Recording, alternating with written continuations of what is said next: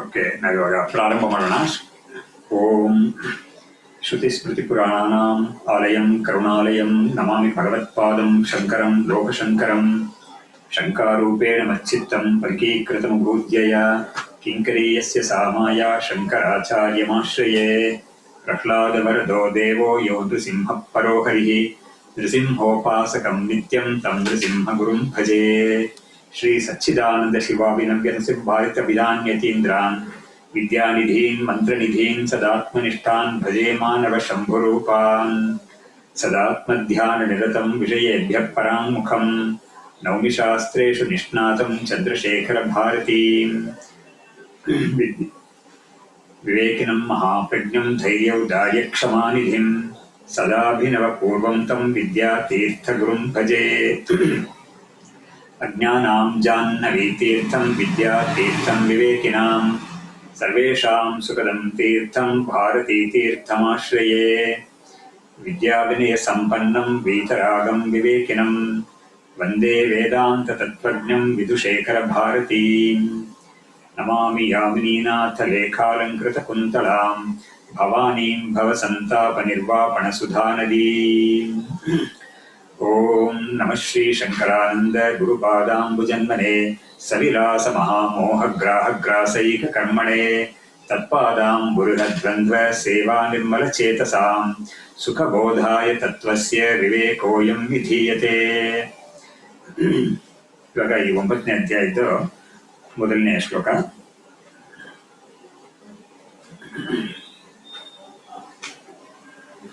ಸಂವಾದಿ ಬ್ರಹ್ಮ ತತ್ವೋಪಾಸ್ತ್ಯಾಪಿ ಮುಚ್ಯತೆ ಉತ್ತರೇ ತಾಪನೀಯತಃ ಶ್ರುತೋಪಾಸ್ತಿರನೇಕಧಾ. ಬ್ರಹ್ಮತತ್ವದ ಉಪಾಸನೆಯನ್ನ ಮಾಡೋಕ್ಕೆ ಸಾಧ್ಯವಾಗುತ್ತೆ, ಅದರಿಂದ ನಮಗೆ ಬ್ರಹ್ಮತತ್ವದ ಅರಿವು ಕೂಡ ಆಗುತ್ತೆ, ಜ್ಞಾನವೂ ಆಗುತ್ತೆ ಅನ್ನೋದನ್ನ ಮುಖ್ಯವಾಗಿ ಈ ಅಧ್ಯಾಯದಲ್ಲಿ ಪ್ರತಿಪಾದನೆ ಮಾಡ್ತಾ ಇದ್ದಾರೆ. ಇವಾಗ ಈ ನಾವು ನೋಡ್ತಾ ಇದ್ದಿದ್ದು ಭಾಗ ಯಾವುದು ಅಂತ ಹೇಳಿದ್ರೆ 102ನೇ ಶ್ಲೋಕದಿಂದ ನೋಡ್ಬೇಕು. ನಾನು ಒಂದು ಶ್ಲೋಕ ಹಿಂದೆ ಹೋಗಿ ನಾನು ಹೇಳ್ತೀನಿ. ಇಲ್ಲಿ ಏನ್ ಹೇಳ್ತಾ ಇದ್ದಾರೆ ಅಂದ್ರೆ, ಆತ್ಮಜ್ಞಾನವನ್ನ ಪಡ್ಕೊಂಡಿರೋವನಿಗೆ ಯಾವುದೇ ಒಂದು ವಿಧಿ ನಿಷೇಧ ಯಾವುದು ಇರೋದಿಲ್ಲ. ಅವನಿಗೆ ಕರ್ಮಗಳನ್ನ ಮಾಡ್ಬೇಕು ಅಂತ ಒಂದು ಕಡ್ಡಾಯ ಯಾವುದು ಇಲ್ಲವೇ ಇಲ್ಲ. ಅವನು ಬೇಕಾದ್ರೆ ಮಾಡ್ಬೋದು, ಇಲ್ಲಿಯವರೆಗೆ ಸುಮ್ಮನೆ ಕೂಡ ಇರ್ಬೋದು, ಬೇರೆ ಏನಾದ್ರು ಕೂಡ ಮಾಡ್ಬೋದು ಅವನು ಅಂತ ಅವನ ವಿಷಯಕ್ಕೆ ಯಾವುದೇ ಕೂಡ ಕಟ್ಟುನಿಟ್ಟುಗಳಿಲ್ಲ. ಆದ್ರೆ ಆ ಆತ್ಮಜ್ಞಾನ ಪಡ್ಕೊಳ್ದೇ ಇರೋವನು ಇರ್ತಾನಲ್ಲ, ಅವರುಗಳು ಅವರನ್ನೇ ಕೂಡ ಬೇರೆ ಬೇರೆ ಗುಂಪು ಇರ್ತಾರೆ. ಒಂದು ಗುಂಪು ಯಾವುದು ಅಂತ ಹೇಳಿದ್ರೆ, ಇವರಿಗೆ ತುಂಬಾ ಅಭಿಮತವಾದ ಗುಂಪು ಯಾವುದು ಅಂತ ಹೇಳಿದ್ರೆ ಉಪಾಸನೆ ಮಾಡೋರು. ಅದು ಏನು ನಿರ್ಗುಣ ಉಪಾಸನೆ, ಬ್ರಹ್ಮ ಉಪಾಸನೆ ಮಾಡೋರು. ಸೊ ಅವ್ರಿಗೆ ಖಂಡಿತ ಉಪಾಸನೆ ಮಾಡ್ಬೇಕು ಅನ್ನೋದು ಇದ್ದೇ ಇದೆ ಅವರು ಅಂತ ಅದನ್ನೆಲ್ಲ ಹೇಳ್ತಾ ಬಂದ್ರು. ಇವಾಗ ಈ ಆತ್ಮಜ್ಞಾನಿಯ ವಿಷಯಕ್ಕೆ ಏನ್ ಹೇಳಿದ್ರು ಅಂದ್ರೆ 101ನೇ ಶ್ಲೋಕ ನಾನು ಹೇಳ್ತೀನಿ, ಓದ್ಬಿಟ್ಟು ಮುಂದಕ್ಕೆ ಹೋಗ್ತೀನಿ. ವರ್ಣ ಆಶ್ರಮ ದಯೋ ದೇಹೇ ಮಾಯೆಯ ಪರಿಕಲ್ಪಿತಾ ನ ಆತ್ಮನಃ ಬೋಧರೂಪಸ್ಯ ಇತ್ಯೇವಂ ತಸ್ಯ ವಿನಿಶ್ಚಯ. ಆತ್ಮಜ್ಞಾನಿಯ ಒಂದು ನಿಶ್ಚಯ ಹೇಗಿರುತ್ತೆ ಅಂತ ಹೇಳಿದ್ರೆ, ನೋಡಿ, ಈ ಆತ್ಮಜ್ಞಾನಿಯ ವಿಷಯದಲ್ಲಿ ಯಾವ ತರ ನಿಶ್ಚಯ ಅವನಿಗೆ ಇರುತ್ತೆ ಅನ್ನೋದನ್ನ ಬೇರೆ ಬೇರೆ ಪಾಯಿಂಟ್ಸ್ ಆಫ್ ವ್ಯೂ ಇಂದ ಹೇಳ್ಬೋದು. ತನ್ನ ಸ್ವರೂಪದ ಬಗ್ಗೆ ಏನು ಅಂತ ಹೇಳಿದ್ರೆ, ಅದು ಚಿತ್ ಸ್ವರೂಪ, ಕೇವಲ ಅದ್ವೈತ ಸ್ವರೂಪ, ಅದ್ವಿತೀಯ ಸ್ವರೂಪ, ಬ್ರಹ್ಮ ಸ್ವರೂಪವೇ ಅದು. ಅದು ಬಿಟ್ಟು ಬೇರೆ ಯಾವುದೂ ಇಲ್ವೇ ಇಲ್ಲ ಅಂತ ಒಂದು ನಿಶ್ಚಯ. ಇನ್ನೊಂದು, ಪ್ರಪಂಚದ ಬಗ್ಗೆ ಹೇಳ್ಬೇಕಾದ್ರೆ ಪ್ರಪಂಚ ಬರೀ ತೋರಿಕೆನೆ, ಅದು ಮಾಯಿಕ ಅಂತ ಇನ್ನೊಂದು ನಿಶ್ಚಯ. ಆಮೇಲೆ ಈ ವರ್ಣಾಶ್ರಮ ಇಂಥದ್ದೆಲ್ಲ ಬಂದು ಆತ್ಮನಿಗೆ ಅಲ್ವೇ ಇಲ್ಲ, ಅದು ದೇಹಕ್ಕೆ ಮಾತ್ರ ಅದು ಅಂತ ಹೇಳೋದು ಇನ್ನೊಂದು ನಿಶ್ಚಯ. ಈ ತರ ಬೇರೆ ಬೇರೆ ದೃಷ್ಟಿಕೋನಗಳಿಂದ ಅವನ ನಿಶ್ಚಯಗಳನ್ನ ಹೇಳ್ತಾ ಇದ್ದಾರೆ. ಅದನ್ನ ಕೂಡ ನಾವು ಗಮನಿಸ್ತಾ ಬರ್ಬೋದು ಈ ಅಧ್ಯಾಯದಲ್ಲಿ, ಬೇರೆ ಅಧ್ಯಾಯದಲ್ಲಿ ಕೂಡ ಹೇಳಿರೋದನ್ನ. ಇದೆಲ್ಲ ಮನನಕ್ಕೆ ನಮಗೆ ತುಂಬಾ ಉಪಯೋಗ ಆಗುತ್ತೆ. ಇಲ್ಲಿ ವರ್ಣಾಶ್ರಮಾದಯೋ ದೇಹೇ ಮಾಯೆಯ ಪರಿಕಲ್ಪಿತಾ. ವರ್ಣಾಶ್ರಮ ಇಂಥದ್ದೆಲ್ಲ ಇಂಥ ಒಂದು ಕುಲಕ್ಕೆ ಸೇರಿರೋದು, ಆ ಕುಲದ ಒಂದು ಆಚರಣೆ ಅಂತ ಇರುತ್ತೆ. ಯಾಕಂದ್ರೆ ಎಲ್ಲಾ ಆಚರಣೆಗಳು ಎಲ್ಲಾ ಕುಲಗಳಲ್ಲೂ ಇರೋದಿಲ್ಲ. ಕೆಲವು ಫ್ಯಾಮಿಲೀಸ್ ಅಲ್ಲಿ, ನಮ್ಮ ಫ್ಯಾಮಿಲಿ ಇಲ್ಲ ಅಂತ ಹೇಳ್ತಾರೆ. ಫಾರ್ ಎಕ್ಸಾಂಪಲ್, ಈ ವರಮಹಾಲಕ್ಷ್ಮಿ ವ್ರತ ಅಂತ ಇದೆಯಲ್ಲ, ಅದು ಎಲ್ಲಾ ಮನೆಗಳಲ್ಲೂ ಇಲ್ಲ. ಅದು ತಮಿಳ್ನಾಡಲ್ಲೂ ಅಷ್ಟೇನೆ, ಕರ್ನಾಟಕದಲ್ಲೂ ಅಷ್ಟೇನೆ. ಕೆಲವು ಮನೆಗಳಲ್ಲಿ ಅದು ಇಲ್ವೇ ಇಲ್ಲ, ಕೆಲವು ಮನೆಗಳಲ್ಲಿ ಇದೆ ಅದು. ಸೊ ಹೀಗೆ ಒಂದೊಂದು ಆಚರಣೆ ಒಂದಿರುತ್ತೆ ಅದು. ಬಟ್ ಅದೆಲ್ಲ ಅವರು ಮಾಡ್ಕೊಂಡು ಬರ್ತಾ ಇರ್ತಾರೆ ಹಿಂದಿನ ಕಾಲದಿಂದ. ಸೊ ಅದೆಲ್ಲ ಕೂಡ ಏನ್ ಹೇಳ್ತಾ ಇದ್ರೆ, ದೇಹಕ್ಕೆ ಸಂಬಂಧಪಟ್ಟಿದ್ದದು ಅಂತ ಹೇಳಿ, ಅದು ಅಂತ ಒಂದು ಮಾಯೆಯಿಂದ ಪರಿಕಲ್ಪಿತವಾದ್ದು ಅಂತ ಹೇಳಿದ್ರು ಅದನ್ನ. ಅದು ಯಾತಕ್ಕೆ ಹೇಳಿದ್ರು ಅಂದ್ರೆ, ಒಬ್ಬ ಒಂದು ಮನೇಲಿ ಹುಟ್ಟಿದ ತಕ್ಷಣ ಸ್ವಲ್ಪ ಅವನು ಬೆಳೀತಾ ಅವನಿಗೆ ಗೊತ್ತಾಗುತ್ತೆ, ನಾವು ಇಂಥ ಒಂದು ಮನೆತನಕ್ಕೆ ಸೇರಿದ್ದೀವಿ, ಇಂಥ ಒಂದು ಗುಂಪಿಗೆ ಸೇರಿದ್ದೀವಿ, ಇಂಥ ಒಂದು ಜಾತಿಗೆ, ಇಂಥ ಒಂದು ಕುಲಕ್ಕೆ ಸೇರಿದ್ದೀವಿ ಅಂತ ಅವನಿಗೆ ಗೊತ್ತಾಗ್ತಾ ಬರುತ್ತೆ. ಸೊ ಇದೆಲ್ಲ ನಮ್ಗೆ ಮೂಲಭೂತವಾಗಿ ಮಾಯೆಯಿಂದ ಕಲ್ಪಿತ ಅಂತ ನಾವು ಹೇಳ್ಬೋದು ಒಂದ್ ದೃಷ್ಟಿಯಿಂದ. ಇನ್ನೊಂದು ದೃಷ್ಟಿಯಿಂದ ಏನು ಅಂತ ಹೇಳಿದ್ರೆ ಶಾಸ್ತ್ರ ಇದನ್ನ ಕಲ್ಪನೆ ಮಾಡಿದೆ ಅಂತ ಹೇಳ್ಬೇಕಾಗುತ್ತೆ. ಹಾಗಾಗಿ ಒಬ್ಬೊಬ್ರು ಕೂಡ ಏನೇನು ಆಚರಣೆ ಮಾಡ್ತಾ ಇದ್ದಾರೆ ಅವರ ಫ್ಯಾಮಿಲಿ ಅಂತ ಹೇಳಿದ್ರೆ ಅದೆಲ್ಲ ಶಾಸ್ತ್ರದಿಂದ ಗೊತ್ತಾಗಿದೆ ಅವರಿಗೆ. ಹಾಗಾಗಿ ಈ ಶಾಸ್ತ್ರದಲ್ಲಿ ಕೂಡ ಇದನ್ನ ಹೇಳಿದ್ದಾರೆ ಅಂತ. ಅದು ಕೂಡ ಶಾಸ್ತ್ರದಲ್ಲಿ ಯಾಕೆ ಹೇಳಿದ್ದಾರೆ ಅಂತ ಹೇಳಿದ್ರೆ ಅದನ್ನ ಅಂತ ಆಚರಣೆಗಳೆಲ್ಲ ಮಾಡಿ ಅವನಿಗೆ ಒಂದು ಚಿತ್ತಶುದ್ಧಿ ಉಂಟಾಗಿ ಉತ್ತರೋತ್ತರ ಅವನು ವೇದಾಂತ ಒಂದು ಅಭ್ಯಾಸಕ್ಕೆ ಅವನಿಗೆ ಬರಕ್ಕೆ ಆಗ್ಬೇಕು ಅನ್ನೋ ಕಾರಣದಿಂದ ಮಾಡಿದ್ದಾರೆ. ಅದು ಪರಮ ಪ್ರಯೋಜನ. ಅದು ಇದನ್ನೆಲ್ಲ ಶಾಸ್ತ್ರದಲ್ಲಿ ತೋರಿಸಿದ್ದಾರೆ, ಇವರೇ ಕೂಡ ತೋರಿಸಿದ್ದಾರೆ. ಆಮೇಲೆ ಮುಂದಿನ ಶ್ಲೋಕದಲ್ಲಿ ಸಮಾಧಿಮತ ಕರ್ಮಾಣಿ ಮಾ ಕರೋತು ವಾ ಹೃದಯೇನ ಆಸ್ತ ಸರ್ವಾಸ್ತಃ ಮುಕ್ತ ಏವೋತ್ತಮಾಶಯ. ಇಲ್ಲಿ ಸಮಾಧಿ ಅಥವಾ ಕರ್ಮಾಣಿ ಅಂದ್ರೆ ಸಮಾಧಿಲಿರೋದು ಅಥವಾ ಕರ್ಮಗಳನ್ನ ಮಾಡೋದು, ಅದನ್ನ ಮಾಡದೆ ಬಿಡ್ಲಿ ಯಾರು, ಇದೆಲ್ಲ ಆತ್ಮಜ್ಞಾನಿ ವಿಷಯ ಕೇಳ್ತಾ ಇದ್ದಾರೆ. ಸಮಾಧಿಯಲ್ಲಿ ಇರ್ಲಿ ಅವನು ಅಥವಾ ಕರ್ಮಗಳನ್ನ ಆಚರಣೆ ಮಾಡ್ಲಿ ಅಥವಾ ಮಾಡದೇ ಇರ್ಲಿ, ಅದು ಹೃದಯೇನ ಆಸ್ತ ಸರ್ವಾಸ್ತಃ ಅಂದ್ರೆ ಅವನ ಹೃದಯದಿಂದ ಅವನಿಗೆ ಮನಸ್ಸಿಂದ ಅವನಿಗೆ ಏನ್ ತೀರ್ಮಾನ ಮಾಡ್ಕೊಂಡಿದ್ದಾನೆ, ಈ ಸಮಾಧಿ ಆಗ್ಲಿ ಅಥವಾ ಕರ್ಮಗಳಾಗ್ಲಿ ಎರಡು ಕೂಡ ಆತ್ಮಸ್ವರೂಪಕ್ಕೆ ಸೇರಿದ್ದಲ್ಲ ಅಂತ ಹೇಳ್ಬಿಟ್ಟು ಎಲ್ಲವನ್ನೂ ಕೂಡ ಅವನು ಬಿಟ್ಟಿರ್ತಾನೆ. ಯಾವ್ದ್ರಲ್ಲೂ ಕೂಡ ಅವನಿಗೆ ಅಭಿಮಾನ ಇರಲ್ಲ. ಹಾಗಿರ್ತಾನಲ್ಲ ಅವನು ಮುಕ್ತ ಏವ ಉತ್ತಮಾಶಯ, ಅವನು ಮುಕ್ತನೇ. ಅವನು ಉತ್ತಮಾಶಯ ಅಂತ ಹೇಳಿದ್ರೇನು, ಅವನ ಒಂದು ನಿರ್ಮಲವಾದ ಒಂದು ಜ್ಞಾನ ಅವನಿಗೆ ಇದೆ, ಅದರಿಂದ ಅವನಿಗೆ ಉತ್ತಮಾಶಯ ಅಂತ ಹೇಳಿದ್ದಾರೆ. ಹಾಗಾಗಿ ಅಭಿಮಾನ ಯಾವ್ದ್ರಲ್ಲೂ ಇಲ್ಲದೆ ಇರೋ ಒಂದು ಸ್ಥಿತಿಗೆ ಅವನು ಹೋಗಿದ್ದಾನೆ. ಬಾಕಿಯವ್ರಿಗೆಲ್ಲ ಏನಿರುತ್ತೆ ಅಂತ ಹೇಳಿದ್ರೆ ಅಯ್ಯೋ ನಾನು ಇದು ಮಾಡದೆ ಹೋದ್ರೆ ತಪ್ಪಾಗುತ್ತಲ್ಲ ಅಂತ ಇರುತ್ತೆ ಅದು. ಆದ್ರೆ ಅಂಥದ್ದು ಇರಲ್ಲ, ಅದನ್ನ ಮೀರಿರ್ತಾನೆ ಅವನು, ದಾಟಿರ್ತಾನೆ ಅವನು. ಹಾಗಾಗಿ ಸಮಾಧಿ ಅಲ್ಲಿ ಅವನು ಇರ್ಲಿ ಅಥವಾ ಕರ್ಮಗಳನ್ನ ಆಚರಣೆ ಮಾಡ್ಲಿ ಅಥವಾ ಮಾಡದೆ ಹೋಗ್ಲಿ, ಅಂದ್ರೆ ಅದು ಸಮಾಧಿಗೂ ಅಷ್ಟೇನೆ, ಸಮಾಧಿನ ಆಚರಣೆ ಮಾಡ್ಲಿ ಮಾಡದೆ ಹೋಗ್ಲಿ ಅಥವಾ ಕರ್ಮಗಳನ್ನ ಆಚರಣೆ ಮಾಡ್ಲಿ ಮಾಡದೆ ಹೋಗ್ಲಿ, ಅವನಿಗೆ ಅದರಿಂದ ಯಾವುದೇ ಒಂದು ಪುಣ್ಯವೋ ಪಾಪವೋ ಎರಡೂ ಕೂಡ ಅವನಿಗೆ ಇರೋದಿಲ್ಲ. ಹೃದಯೇನ ಆಸ್ತ ಸರ್ವಾಸ್ತಃ ಅಂದ್ರೆ ಹೃದಯದಿಂದ ಮನಸ್ಸಿಂದ ಅವನು ಎಲ್ಲವನ್ನೂ ಕೂಡ ಬಿಟ್ಟಿರ್ತಾನೆ, ಯಾವ್ದ್ರಲ್ಲೂ ಕೂಡ ಅವನು ಅಟ್ಯಾಚ್ ಆಗಿರಲ್ಲ, ಅಂದ್ರೆ ಅಭಿಮಾನ ಇರೋದಿಲ್ಲ. ಯಾಕಂದ್ರೆ ಅವನು ನಾನು ಕೇವಲ ಆತ್ಮಸ್ವರೂಪ ಅಷ್ಟೇನೆ, ನನಗೆ ಈ ಸಮಾಧಿ ಅಂತ ಬಂದ್ರೆ ಅಥವಾ ಆ ಕರ್ಮ ಅಂತ ಬಂದ್ರೆ ಅದು ದೇಹದ ಸಂಬಂಧಪಟ್ಟದ್ದು, ಮನಸ್ಸಿಗೆ ಸಂಬಂಧಪಟ್ಟದ್ದು, ನಾನು ಎರಡರಿಂದಲೂ ಬೇರೆ ಆದವನು ಅಂತ ಅವನು ತಿಳ್ಕೊಂಡಿರ್ತಾನೆ. ಹೀಗೆ ಆ ಮುಕ್ತನ ಒಂದು ಸ್ಥಿತಿಯನ್ನ ಹೇಳಿದ್ರು 102ನೇ ಶ್ಲೋಕದಲ್ಲಿ. ಇನ್ನು ಮುಂದಕ್ಕೆ ನೈಷ್ಕರ್ಮ್ಯೇಣ ತಸ್ಯಾರ್ಥೋಸ್ತಿ ನ ಕರ್ಮಭಿಃ ನ ಸಮಾಧಾನ ಜಪ್ಯಾಭ್ಯಾಂ ಯಸ್ಯ ನಿರ್ವಾಸನಂ ಮನಃ. ನೋಡಿ, ಇನ್ನೂ ಅದನ್ನ ಸ್ವಲ್ಪ ಇನ್ನೂ ಜಾಸ್ತಿ ವಿಷದ ಮಾಡಿ ಹೇಳ್ತಾ ಇದ್ದಾರೆ. ಅವನಿಗೆ ನೈಷ್ಕರ್ಮ್ಯ ಅಂದ್ರೆ ಏನು, ಯಾವ ಕರ್ಮಗಳನ್ನು ಮಾಡದೇ ಇರೋ ಒಂದು ಸ್ಥಿತಿ ಇರುತ್ತೆ.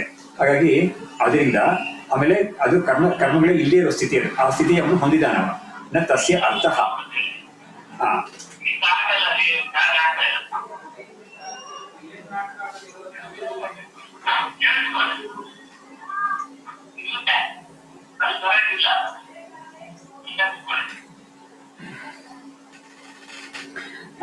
ಯಾವುದೇ ಒಂದು ನೈಷ್ಕರ್ಮ್ಯ ಅಂತ ಸ್ಥಿತಿ ಅವನು ಹೊಂದಿದ್ದಾನೆ. ಆಮೇಲೆ ತಸ್ಯ ಅರ್ಥ, ಅದರಿಂದ ಅವನಿಗೇನು ಪ್ರಯೋಜನವೂ ಇಲ್ಲ. ಆಮೇಲೆ ತಸ್ಯ ಅರ್ಥೋ ಅಸ್ತಿನ ಕರ್ಮಭಿಃ, ಕರ್ಮಗಳಿಂದನೂ ಅವನಿಗೆ ಯಾವುದೇ ಒಂದು ಪ್ರಯೋಜನವೂ ಇಲ್ಲ. ನ ಸಮಾಧಾನ ಜಪ್ಯಾಭ್ಯಾಂ, ಸಮಾಧಾನ ಅಂತ ಹೇಳಿದ್ರೆ ಸಮಾಧಿ, ಅದರಿಂದಲೂ ಅವನಿಗೇನು ಪ್ರಯೋಜನ ಇಲ್ಲ.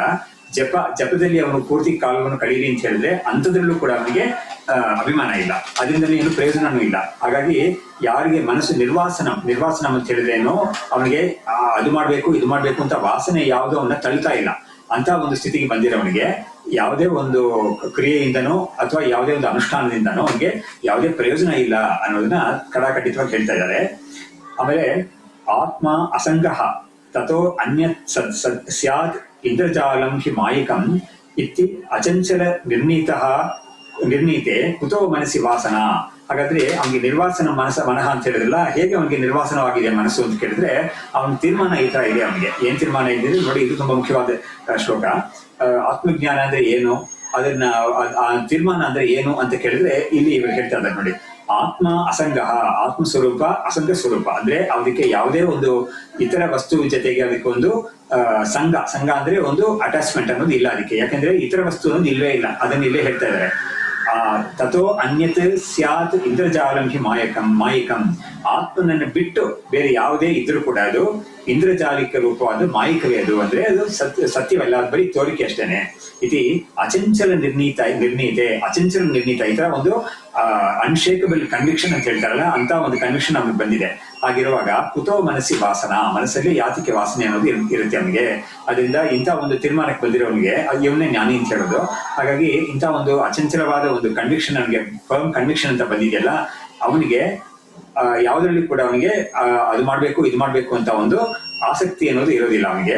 ಸರಿ ಮಾಡದೆ ಹೋದ್ರೆ ನಮ್ಗೆ ಪಾಪ ಬರುತ್ತಲ್ಲ ಅಂತ ಆತರ ಕೂಡ ಇರೋದಿಲ್ಲ ಅವನಿಗೆ. ಇದೆಲ್ಲ ತೈತ್ರಿಯ ಉಪನಿಷತ್ತಲ್ಲಿ ಕೂಡ ಹೇಳಿದ್ದಾರೆ. ಕಿಮಹಂ ಸಾಧುನಾ ಕರವಂ ಕಿಮಹಂ ಪಾಪಮ ಕರವಮಿತಿ ಅಂತ ಹೇಳ್ಬಿಟ್ಟು, ನಾನು ಹಿಂದಿನ ಕಾಲದಲ್ಲಿ ಅದೇ ನನ್ನ ಈ ಆತ್ಮಜ್ಞಾನವನ್ನು ಪಡೆದುಕೊಳ್ಳೋಕೆ ಮುಂಚೆ ನಾನು ಕೆಲವು ಒಳ್ಳೇದೆಲ್ಲ ಮಾಡದೆ ಹೋಗ್ಬಿಟ್ನಲ್ಲ ಅಥವಾ ಕೆಟ್ಟದೆಲ್ಲ ಮಾಡಿದ್ನಲ್ಲ ಅಂತ ಒಂದು ಪಶ್ಚಾತ್ತಾಪ ಅವನಿಗೆ ಇರೋಲ್ಲಂತೆ. ಬಾಕಿಯವರಿಗೆ ಇರುತ್ತೆ ಅದು. ಅವ್ರಿಗೆ ವಯಸ್ಸಾದ ಮೇಲೆ ಅವ್ರಿಗೆ ನಾವು ಇಂಥ ಎಷ್ಟೋ ನನಗೆ ಒಳ್ಳೆ ಆಪರ್ಚುನಿಟೀಸ್ ಎಲ್ಲ ಬಂತು, ಅದನ್ನ ನಾನು ಮಾಡದೆ ಹೋಗ್ಬಿಟ್ಟೆ ನೋಡು ಅಂತ ಒಂದು ಪಶ್ಚಾತ್ತಾಪ ಬರುತ್ತೆ ಅವನಿಗೆ. ಆದ್ರೆ ಇವನಿಗೆ ಮಾತ್ರ ಆ ಥರ ಇರೋದಿಲ್ಲ. ಅದಕ್ಕೆ ಯಾತಕ್ಕೆ ಅಂತ ಕಾರಣವೂ ಅಲ್ಲೇ ಹೇಳುತ್ತೆ. ಎಲ್ಲವನ್ನೂ ಕೂಡ ಅವನು ಆತ್ಮಸ್ವರೂಪವಾಗಿ ನೋಡ್ತಾನೆ ಅವನು.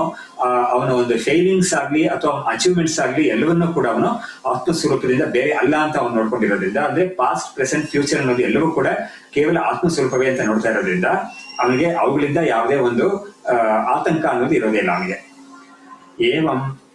ಏವಂ ನಾಸ್ತಿ ಪ್ರಸಂಗೋಪಿ ಕುತೋ ಸ್ಯಾತಿ ಪ್ರಸಂಜನಂ ಪ್ರಸಂಗೋ ಯಸ್ಯ ತಸ್ಯೈವ ಶಂಕೇತಾತಿ ಪ್ರಸಂಜನಂ ಅಂತ. ಇದಕ್ಕೆ ಈ ಶ್ಲೋಕವನ್ನು ನಾವು ಅರ್ಥ ಮಾಡ್ಕೊಳ್ಳೋಕೆ 99ನೇ ಶ್ಲೋಕ ಒಂದ್ಸತಿ ನಾವು ನೋಡ್ಬೇಕು. ಅಲ್ಲಿ ಶುರು ಮಾಡಿದ್ದೆ ಒಂದು ವ್ಯಾಖ್ಯಾ, ಇದು ಕಾಂಟೆಕ್ಸ್ಟ್ ಅದೇನೆ ಅದಕ್ಕೆ. ಸೊ ಏವಂ ನಾಸ್ತಿ ಪ್ರಸಂಗೋಪಿ, ಇವನಿಗೆ ಪ್ರಸಂಗ ಅಂದ್ರೆ ಏನು? ಅತಿ ಪ್ರಸಂಗ. ಇವನು ಏನು ಕರ್ಮಗಳೆಲ್ಲ ಯಾವ್ದು ಮಾಡದೆ ಹೋಗ್ಬಿಟ್ರೆ ಮಾಡದೇ ಇರ್ತಾನೆ ಇವನು ಅಂತ ಹೇಳಿದ್ರೆ, ಇವನು ಮಾಡಬಾರ್ದು ಏನಾದ್ರು ಮಾಡ್ತಾನೆ ಇವನು, ಆತರ ಒಂದು ಸಿಚುವೇಶನ್ ಬರ್ಬೋದಲ್ಲ ಅಂತ ಕೇಳಿದ್ರು.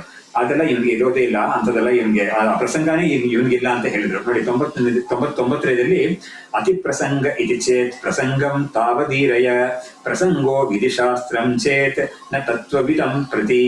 ಹಾಗಾಗಿ ಅತಿ ಪ್ರಸಂಗ ಅನ್ನೋದು ಇವನಿಗೆ ಬರೋದೇ ಇಲ್ಲ.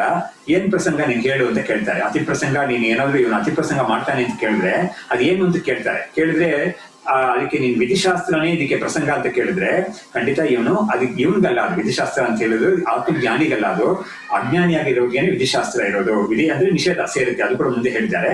ಅದೆರಡು ಕೂಡ ವಿಧಿ ನಿಷೇಧ ಎರಡು ಶಾಸ್ತ್ರವೂ ಕೂಡ ಅದನ್ನ ಎರಡಕ್ಕೂ ಕೂಡ ಇವನು ಕ್ಯಾಂಡಿಡೇಟ್ ಅಲ್ವೇ ಇಲ್ಲ. ಇವನು ಆತರ ಒಂದು ಸ್ಥಿತಿಗೆ ಇವನು ಬಂದ್ಬಿಟ್ಟಿದ್ದಾನೆ. ಅದಕ್ಕೆ ಇಲ್ಲಿ ಹೇಳ್ತಾ ಇದ್ದಾರೆ, ಏವಂ ನಾಸ್ತಿ ಪ್ರಸಂಗೋಪಿ, ಪ್ರಸಂಗವೇ ಇಲ್ಲ ಇವನಿಗೆ. ಅಂದ್ರೆ ವಿಧಿಶಾಸ್ತ್ರದ ನಿಷೇಧ ಶಾಸ್ತ್ರದ ಪ್ರಸಂಗವೇ ಇಲ್ಲ. ಕುತೋ ಅಸ್ಯ ಅತಿ ಪ್ರಸಂಜನಂ, ಅದರಿಂದ ಅವನಿಗೆ ಅದನ್ನ ದಾಟಿ ಅದನ್ನ ಉಲ್ಲಂಘನೆ ಮಾಡ್ತಾನೆ ಅನ್ನೋದು ಇವನಿಗೆ ಬರೋದೇ ಇಲ್ಲ. ಪ್ರಸಂಗೋ ಯಸ್ಯ, ಯಾರಿಗೆ ಇದೆಲ್ಲ ಪ್ರಸಕ್ತಿ ಇದೆಯೋ, ಅಂದ್ರೆ ಈ ವಿಧಿಶಾಸ್ತ್ರ ನಿಷೇಧ ಶಾಸ್ತ್ರದ ಪ್ರಸಕ್ತಿ ಯಾರಿಗಿದೆಯೋ ಅವ್ರ ವಿಷಯದಲ್ಲಿ ನೀನ್ ಹೇಳೋದು ಸರಿಯಾಗಿರುತ್ತೆ ಅಂತ ಅದಕ್ಕೆ ಒಂದು ಸಮಾಧಾನ ಹೇಳಿದ್ರು.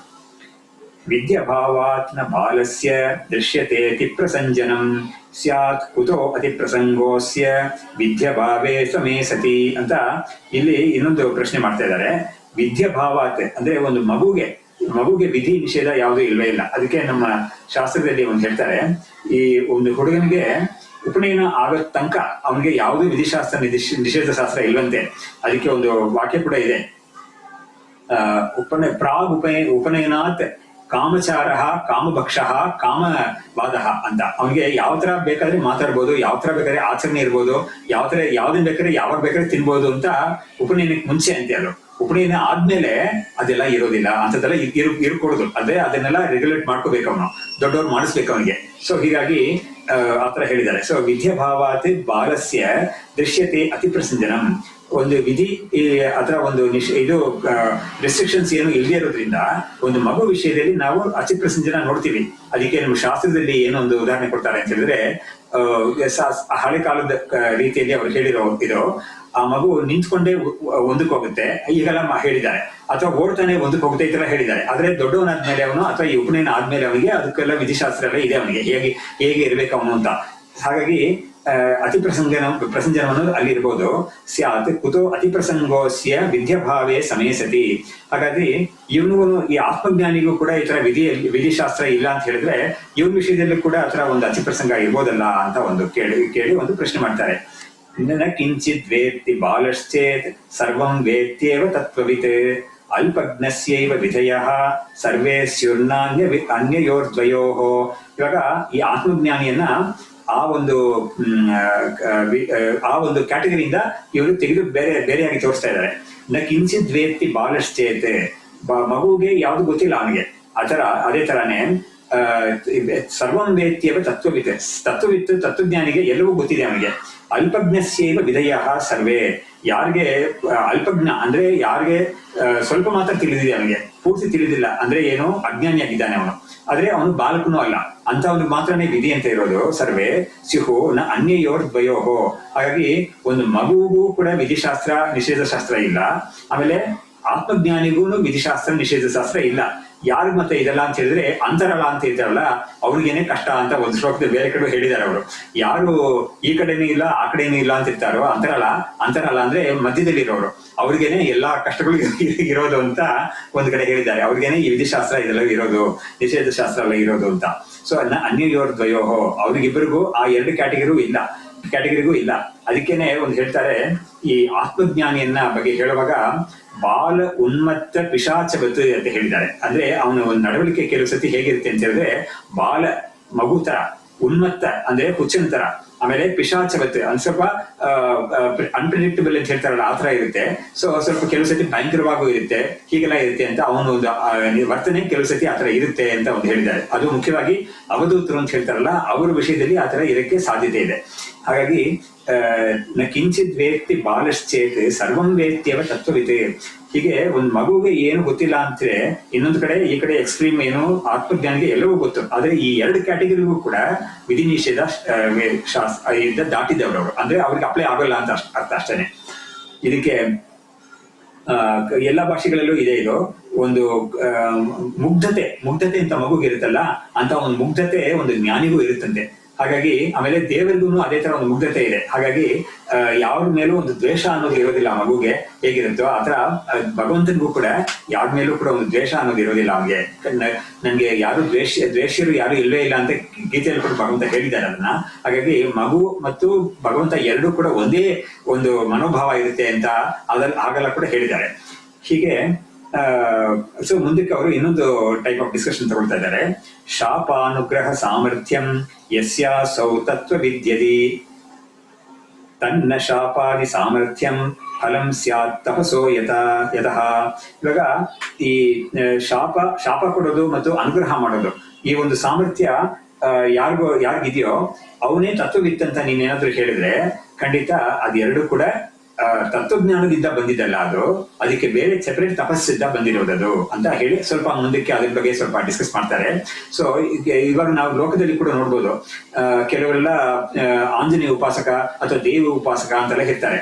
ಅವ್ರಿಗೆಲ್ಲ ಕೆಲವರು ಅವ್ರ ಹತ್ರ ಹೋಗ್ತಾರೆ, ತುಂಬಾ ಜನ ಹೋಗ್ತಾರೆ, ಅವ್ರಿಗೆ ಹೇಳಿದ್ದು ಆಗ್ಬಿಡುತ್ತೆ, ಅವ್ರು ಏನಾದ್ರು ಒಂದು ನಾವು ನಮ್ ಕಷ್ಟ ಏನಾದ್ರು ಹೇಳಿದ್ರೆ ಅವ್ರಿಗೆ ಪರಿಹಾರ ಕೊಡ್ತಾರೆ ಅವರು ಅಂತೆಲ್ಲ ಹೇಳ್ತಾರೆ.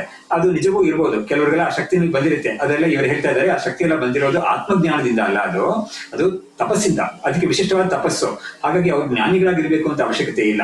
ಅದೇ ತರ ಒಂದು ಜ್ಞಾನಿಯಾಗಿರೋನಿಗೆ ಈ ಶಾಪ ಅನುಗ್ರಹ ಶಕ್ತಿ ಅವನಿಗೆ ಇರ್ಬೇಕು ಅಂತ ಅವಶ್ಯಕತೆನೂ ಇಲ್ಲ. ಅದೆಲ್ಲ ಇದೆರಡು ಇಲ್ಲದೆ ಇರೋ ಒಂದು ಜ್ಞಾನಿ ಕೂಡ ಇರ್ಬೋದು. ಆಮೇಲೆ ಈ ಅಜ್ಞಾನಿಯಾಗಿರೋನು ಅಂದ್ರೆ ಆ ತತ್ವಜ್ಞಾನಿ ಅಲ್ಲದೆ ಇರೋವನಿಗೆ ಈ ಎರಡು ಶಕ್ತಿಗಳು ಕೂಡ ಇರಕ್ಕೆ ಸಾಧ್ಯತೆ ಇದೆ ಅಂತ ಅದನ್ನ ನಾವು ಕಂಡುಕೋಬೇಕು, ಅದನ್ನ ನಾವು ತಿಳ್ಕೋಬೇಕು ಅಂತ ಇದನ್ನ ಮುಂಚೆನೂ ಕೂಡ ಒಂದು ಅಧ್ಯಾಯದಲ್ಲಿ ಅವರು ಹೇಳಿದ್ದಾರೆ. ಇಲ್ಲೂ ಕೂಡ ಇದನ್ನ ಹೇಳ್ತಾ ಇದ್ದಾರೆ. ಇವಾಗ ಶಾಪ ಅನುಗ್ರಹ ಸಾಮರ್ಥ್ಯಂ ಯಸ್ಯ ಅಸೌ ತತ್ವವಿತ್ ಯದಿ, ಒಂದ್ ವೇಳೆ ಶಾಪ ಕೊಡೋದು ಅನುಗ್ರಹ ಮಾಡೋದು ಇಂಥ ಸಾಮರ್ಥ್ಯ ಇರೋನೇ ತತ್ವವಿತ್ ಅಂತ ನೀವೇನಾದ್ರೂ ಅನ್ಕೊಂಡ್ರೆ ಅದು ಸುಳ್ಳು, ತಪ್ಪದು. ತನ್ನ ಶಾಪಾದಿ ಸಾಮರ್ಥ್ಯಂ ಫಲಂ ಸ್ಯಾತ್ ತಪಸ್ಸೋ ಯತಃ. ಶಾಪ ಅನುಗ್ರಹ ಇಂಥ ಸಾಮರ್ಥ್ಯ ಅವನಿಗೆ ಬರೋದು ತಪಸ್ಸಿನ ಫಲದಿಂದ, ಒಂದು ವಿಶಿಷ್ಟವಾದ ತಪಸ್ಸಿನ ಫಲದಿಂದ ಅಂತ ಹೇಳ್ತಾರೆ. ಒಂದು ವಿಶಿಷ್ಟವಾದ ಮಂತ್ರವನ್ನು ಜಪ ಮಾಡಿದ್ರಿಂದ ಇಂಥದ್ದೆಲ್ಲ ಬರುತ್ತೆ. ಕೆಲವರು ಈ ವಾಟರ್ ಡಿವೈನಿಂಗ್ ಅಂತ ಹೇಳ್ತಾರಲ್ಲ, ಭೂಮಿಯಲ್ಲಿ ನೀರಿರೋದು ಅನ್ನೋದನ್ನ ಕಂಡುಹಿಡಿತಾರೆ ಕೆಲವರು. ಕರ್ನಾಟಕದಲ್ಲೂ ಇದ್ದಾರೆ, ಎಷ್ಟೋ ಜನ ಅಲ್ಲಲ್ಲೂ ಇದ್ದಾರೆ, ಇವಾಗ್ಲೂ ಇದ್ದಾರೆ. ಅವರಿಗೆ ಎಲ್ಲಿಂದ ಅವ್ರ ಸೀಕ್ರೆಟ್ ಬಾಕಿಯವ್ರಿಗೆ ಹೇಳ್ಕೊಡಲ್ಲ. ಅವ್ರಿಗೆ ನಮ್ಮ ತಂದೆ ಹೇಳ್ಕೊಟ್ಟಿದ್ ನನಗೆ ಅಂತ ಹೇಳ್ಬಿಟ್ಟು ಅವ್ರು ಸುಮ್ಮನೆ ಬಿಡ್ತಾರೆ. ನಮ್ಗೆ ಯಾರು ಹೇಳ್ಕೊಟ್ರು ಅಂದ್ರೆ ನಮ್ಮ ತಂದೆ ಕಡೆಯಿಂದ ನನ್ಗೆ ಬಂದಿದ್ದು ಅಂತ ಹೇಳ್ತಾರೆ. ಸೊ ಈ ತರ ಕೆಲವರಿಗೆ ಒಂದು ರೋಗವನ್ನ ನಿವಾರಣೆ ಮಾಡೋದು ಅಥವಾ ಒಂದು ಚೇಳು ಕಚ್ಚಿದ್ದಕ್ಕೆ ಅಥವಾ ಬೇರೆ ಏನಾದಕ್ಕೂ ಅದೊಂದು ಔಷಧಿ ಕೊಡೋದು ಇಂಥದ್ದೆಲ್ಲ ಅವ್ರಿಗೆ ಒಂದು ಅವ್ರ ತಂದೆಯಿಂದ ಬಂದಿರುತ್ತೆ ಅಥವಾ ಅವ್ರ ತಾತನ ಕಡೆಯಿಂದ ಬಂದಿರುತ್ತೆ. ಸೊ ಹಾಗಾಗಿ ಅಂತ ಒಂದು ಶಕ್ತಿ ಅವ್ರಿಗೆ ಇರುತ್ತೆ. ಅದೆಲ್ಲ ಅವ್ರ ತಪಸ್ಸಿಂದ ಬಂದಿರೋದು, ಅನುಷ್ಠಾನದಿಂದ ಬಂದಿರೋದು, ಅದು ತತ್ವಜ್ಞಾನದಿಂದ ಅಲ್ಲ ಅಂತ ಹೇಳ್ತಾ ಇದ್ದಾರೆ. ಇವಾಗ ಮುಂದಿನ ಶ್ಲೋಕದಲ್ಲಿ ಅದನ್ನೇ ಸ್ವಲ್ಪ ಮುಂದಕ್ಕೆ ಹೋಗಿ ಹೇಳ್ತಾ ಇದ್ದಾರೆ. ವ್ಯಾಸಾದೇರಪಿ ಸಾಮರ್ಥ್ಯಂ ದೃಶ್ಯತೆ ತಪಸೋ ಬಲಾತ್ ಶಾಪಾದಿ ಕಾರಣಾದನ್ಯತ್ ತಪೋ ಜ್ಞಾನಸ್ಯ ಕಾರಣಂ. ವ್ಯಾಸಾದಿಗಳು, ವ್ಯಾಸ ಮಹರ್ಷಿ ಇಂಥದೆಲ್ಲ ಇದೆಲ್ಲ, ವಸಿಷ್ಠರು ವ್ಯಾಸರು ಅಂತೆಲ್ಲ ಅವ್ರಗಳಿಗೆಲ್ಲ ಈ ತರ ಒಂದು ಸಾಮರ್ಥ್ಯ ಇದೆ. ಅದು ಯಾವುದೋ ಅನುಗ್ರಹ ಮಾಡೋದು, ಶಾಪ ಕೊಡೋದು ಸಾಮರ್ಥ್ಯ ಎಲ್ಲ ಅವ್ರಿಗಿದೆ ಅಂತ ಹೇಳಿದ್ರೆ ಅದು ತಪಸ್ಸಿಂದ ಬಂದಿದ್ದದು. ಶಾಪಾದಿ ಕಾರಣಾತ್ ಅನ್ಯತ್ ತಪಃ.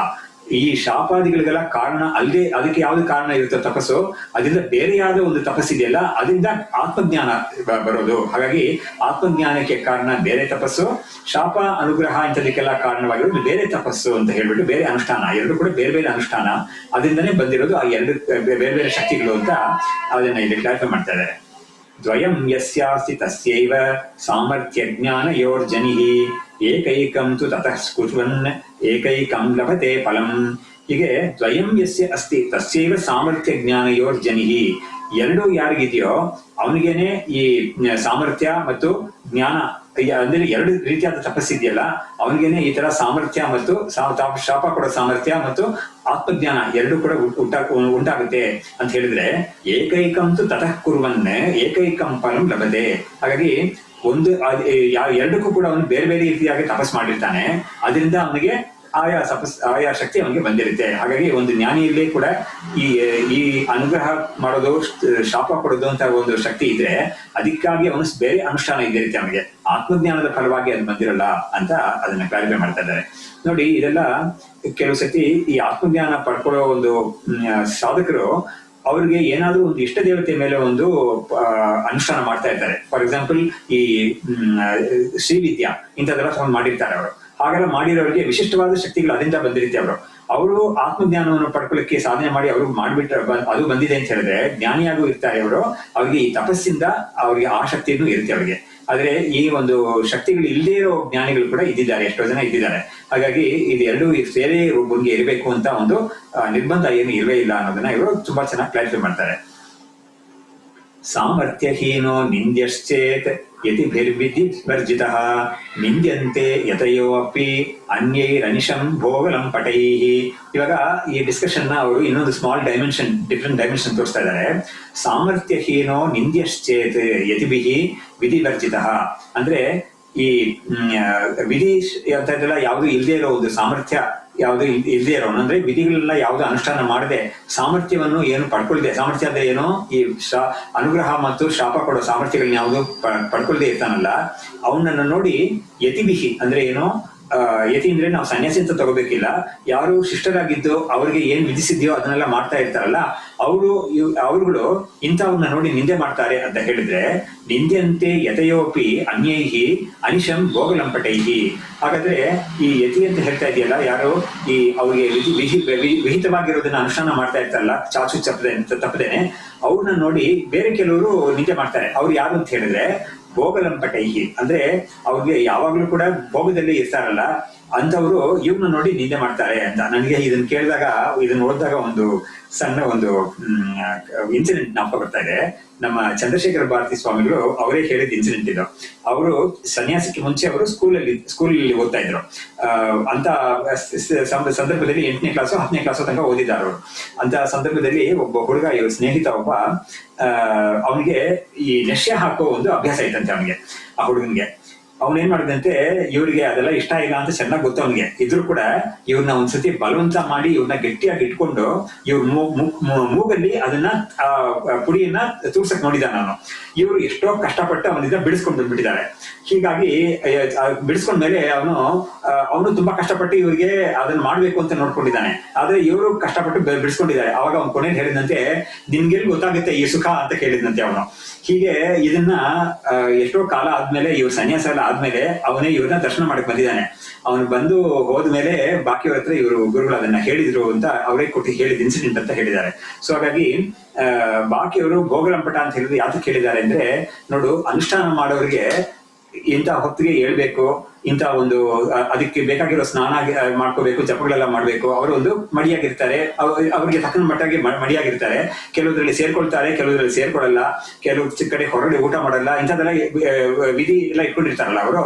ಹಾಗಾಗಿ ಅವ್ರನ್ನ ನೋಡಿ ಬಾಕಿಯವ್ರು ಏನ್ ಮಾಡ್ತಾರೆ, ಇದೇನಪ್ಪ ಇವನು ಯಾವ್ದಕ್ಕೂ ಇವನಿಗೆ ಇವನ್ ಹಣೆ ಬಾರ ಇಷ್ಟನೇ ಅಂತ ಹೇಳ್ಬಿಟ್ಟು ಬಾಕಿಯವ್ರು ಇವನ್ನ ನಿಂದೆ ಮಾಡೋರು ಇರ್ತಾರೆ ಅಂತ ಅದಕ್ಕೆ ಹೇಳಿದ್ರು. ಭೋಗಲಂಪಟ ಅಂತ ಹೇಳಿದ್ರಲ್ಲ, ಅವ್ರಿಗೆ ಅಂತ ಒಂದು ವಿಧಿ ನಿಷೇಧ ಇರೋದಿಲ್ಲ ಅವ್ರಿಗೆ. ಅವರು we have to enjoy life ಅಂತ ಹೇಳ್ತಾರಲ್ಲ, ಅದನ್ನ ಅಂತ ದೃಷ್ಟಿ ಇರೋರು. ಅವ್ರು ಏನ್ ಮಾಡ್ತಾರೆ, ಇಂಥವ್ರನ್ನ ನೋಡಿ ಏನಪ್ಪಾ ನೀನು ಯಾವ್ದಕ್ಕೂ ನೀನು ಹೋಗೋದೇ ಇಲ್ವಲ್ಲ ನೀನು ಅಂತ ಹೇಳ್ಬಿಟ್ಟು ಇವನ್ನ ಕೂಡ ನಿಂದೆ ಮಾಡೋರು ಇರ್ತಾರೆ ಅಂತ ಈ ಶ್ಲೋಕದಲ್ಲಿ ಹೇಳಿದ್ರು. ಮುಂದಕ್ಕೆ ಭಿಕ್ಷಾ ವಸ್ತ್ರಾಣಿ ರಕ್ಷೇಯುಹು ಯದ್ಯೇತೆ ಭೋಗ ತುಷ್ಟಯೇ ಅಹೋ ಯತಿ ತ್ವಮೇತೇಷಾಂ ವೈರಾಗ್ಯ ಭರಮಂಥರಂ ಅಂತ. ಒಂದ್ ವೇಳೆ ಈ ಯತಿ ಅಂದ್ರೆ ಈ ನಿಷ್ಠೆ ಇರೋರು ಕೂಡ ಒಂದ್ ವೇಳೆ ಅವರು ಭಿಕ್ಷಾ ವಸ್ತ್ರಾದಿ, ಇವಾಗ ನಾವು ಇದಕ್ಕೆ ನಾವು ಮುಖ್ಯವಾಗಿ ಇವ್ರನ್ನೇ ತಗೋಬಹುದು, ಯಾರು ಸನ್ಯಾಸಿಗಳನ್ನೇ ಕೂಡ ತಗೋಬಹುದು. ಅವರು ಭೋಗ ತುಷ್ಟಯೇ, ಅವರಿಗೆ ಒಂದು ಆನಂದ ಬರಲಿ ಅಂತ ಹೇಳ್ಬಿಟ್ಟು ಅವರು ಈ ಭಿಕ್ಷಾ ವಸ್ತ್ರಾದಿ ಇವುಗಳನ್ನೆಲ್ಲ ಕೂಡ ರಕ್ಷಣೆ ಮಾಡ್ಕೊಳ್ತಾರೆ. ರಕ್ಷಣೆ ಅಂದ್ರೆ ಏನು ಅಂತ ಹೇಳಿದ್ರೆ, ನಮ್ಗೆ ಇಂಥ ಒಂದು ಕಡೆ ಭಿಕ್ಷೆಗೆ ಹೋಗ್ಬೇಕು, ನಮ್ಗೆ ಅವಾಗ ಚೆನ್ನಾಗಿ ಸಿಗುತ್ತೆ, ಅಲ್ಲಿ ಚೆನ್ನಾಗಿ ಕೊಡ್ತಾರೆ, ತುಂಬಾ ಚೆನ್ನಾಗಿ ಭಿಕ್ಷೆ ಸಿಗುತ್ತೆ ಅಲ್ಲಿ ಅಂತ ಏನಾದ್ರು ಬುದ್ಧಿ ಇಟ್ಕೊಂಡು ಅದ್ರ ಮೇಲೆ ಒಂದು ಅವ್ರಿಗೆ ಆಸೆ ಬಂದ್ಬಿಡ್ತು ಅಂತ ಹೇಳಿದ್ರೆ, ಅವಾಗ ಅವರು ಒಂದು ವೈರಾಗ್ಯವನ್ನ ನಾವು ಪರೀಕ್ಷೆ ಮಾಡ್ಬೇಕಾಗುತ್ತೆ. ಅಂದ್ರೆ ಅವರು ಅಂತ ಒಂದು ಮಟ್ಟಕ್ಕೆ ಮೇಲ್ಮಟ್ಟಕ್ಕೆ ಬಂದಿಲ್ಲ ಅವರು ಅಂತ ನಾವು ಅವ್ರ ಬಗ್ಗೆ ಇಂಥ ಒಂದು ಬುದ್ಧಿನ ನಾವು ತಾಳ್ಬೇಕಾಗುತ್ತೆ ಅಂತ ಇದನ್ನ ಹೇಳ್ತಾ ಇದ್ದಾರೆ. ಅಹೋ ಯತಿಸ್ತ್ವಂ ಏತೇಷಾಂ ವೈರಾಗ್ಯ ಭರಮಂಥರಂ ಅಂತ. ಸೊ ಇದಕ್ಕೆ ಕೂಡ ಒಂದು ಸಣ್ಣ ಒಂದು ಉದಾಹರಣೆ ಸಿಗುತ್ತೆ ನಮ್ಗೆ. ನಮ್ಮ ಜ್ಞಾನಾನಂದ ಭಾರತಿ ಸ್ವಾಮಿಗಳು ಅಂತ ಒಬ್ಬರಿದ್ರು. ಅವರು ಆರ್ ಕೃಷ್ಣ ಸ್ವಾಮಿ ಅಯ್ಯರ್ ಅಂತ. ಅವ್ರ ತಂದೆಯವರು ರಾಮಾನಂದ ಭಾರತಿ ಸ್ವಾಮಿ ಅಂತ ಅವರು ಸನ್ಯಾಸ ತಗೊಂಡಿದ್ರು. ಅದೇ ತರ ಅವರು ಲಾಯರ್ ಆಗಿದ್ದು ಸನ್ಯಾಸ ತಗೊಂಡಿದ್ರು. ಅವರು ಒಂದು ಕಡೆ ಅವಧೂತರಾಗಿದ್ರು. ಅಂದ್ರೆ ಒಂದು ಎಲ್ಲಾ ಜನಗಳಿಂದ ಸ್ವಲ್ಪ ದೂರದಲ್ಲಿ ಇಟ್ಕೊಂಡು ಒಂದು ಕಾಡಲ್ಲಿ ಇಟ್ಕೊಳ್ತಾ ಇದ್ರು. ಆಮೇಲೆ ಭಿಕ್ಷೆಗೆ ಮಾತ್ರ ಅದ್ರ ಪಕ್ಕದಲ್ಲಿರೋ ಒಂದು ಗ್ರಾಮಕ್ಕೆ ಹೋಗ್ತಾ ಇದ್ರು. ಅವಾಗ ಇವ್ರ ಜೊತೆಗೆ ಒಬ್ರಿದ್ರು, ಇನ್ನೊಬ್ಬ ಸನ್ಯಾಸಿ ಇದ್ರು. ಸೊ ಇವ್ರಿಗೆ ನೋಡ್ತಾ ಏನ್ ಗೊತ್ತಾಯ್ತು ಅಂತ ಹೇಳಿದ್ರೆ, ಆ ಭಿಕ್ಷೆಗೆ ಹೋಗ್ತಾ ಇದ್ರಲ್ಲ, ಕೆಲವು ಮನೆಗಳಿಗೆ ಹೋಗ್ತಾ ಇದ್ರು. ಅದು ಒಂದು ಪರ್ಟಿಕ್ಯುಲರ್ ಮನೆಯಲ್ಲಿ ಏನ್ ಮಾಡ್ತಾ ಇದ್ರು, ತುಂಬಾ ರುಚಿಕರವಾದ ಒಂದು ಕೆಲವು ಐಟಮ್ಸ್ ಎಲ್ಲ ಮಾಡಿ ಕೊಡೋರು ಭಿಕ್ಷೆಗೆ ಅಂತ. ಆ ಪರ್ಟಿಕ್ಯುಲರ್ ಇನ್ನೊಂದು ವ್ಯಕ್ತಿ ಇದ್ನಲ್ಲ, ಅವ್ರಿಗೆ ಆ ಸನ್ಯಾಸಿಗೆ ಅವ್ರ ಮನೆಗೆ ಹೋಗ್ಬೇಕು ಮತ್ತೆ ಅಂತ ಅವ್ರಿಗೊಂದು ಇಚ್ಛೆ ಇತ್ತು.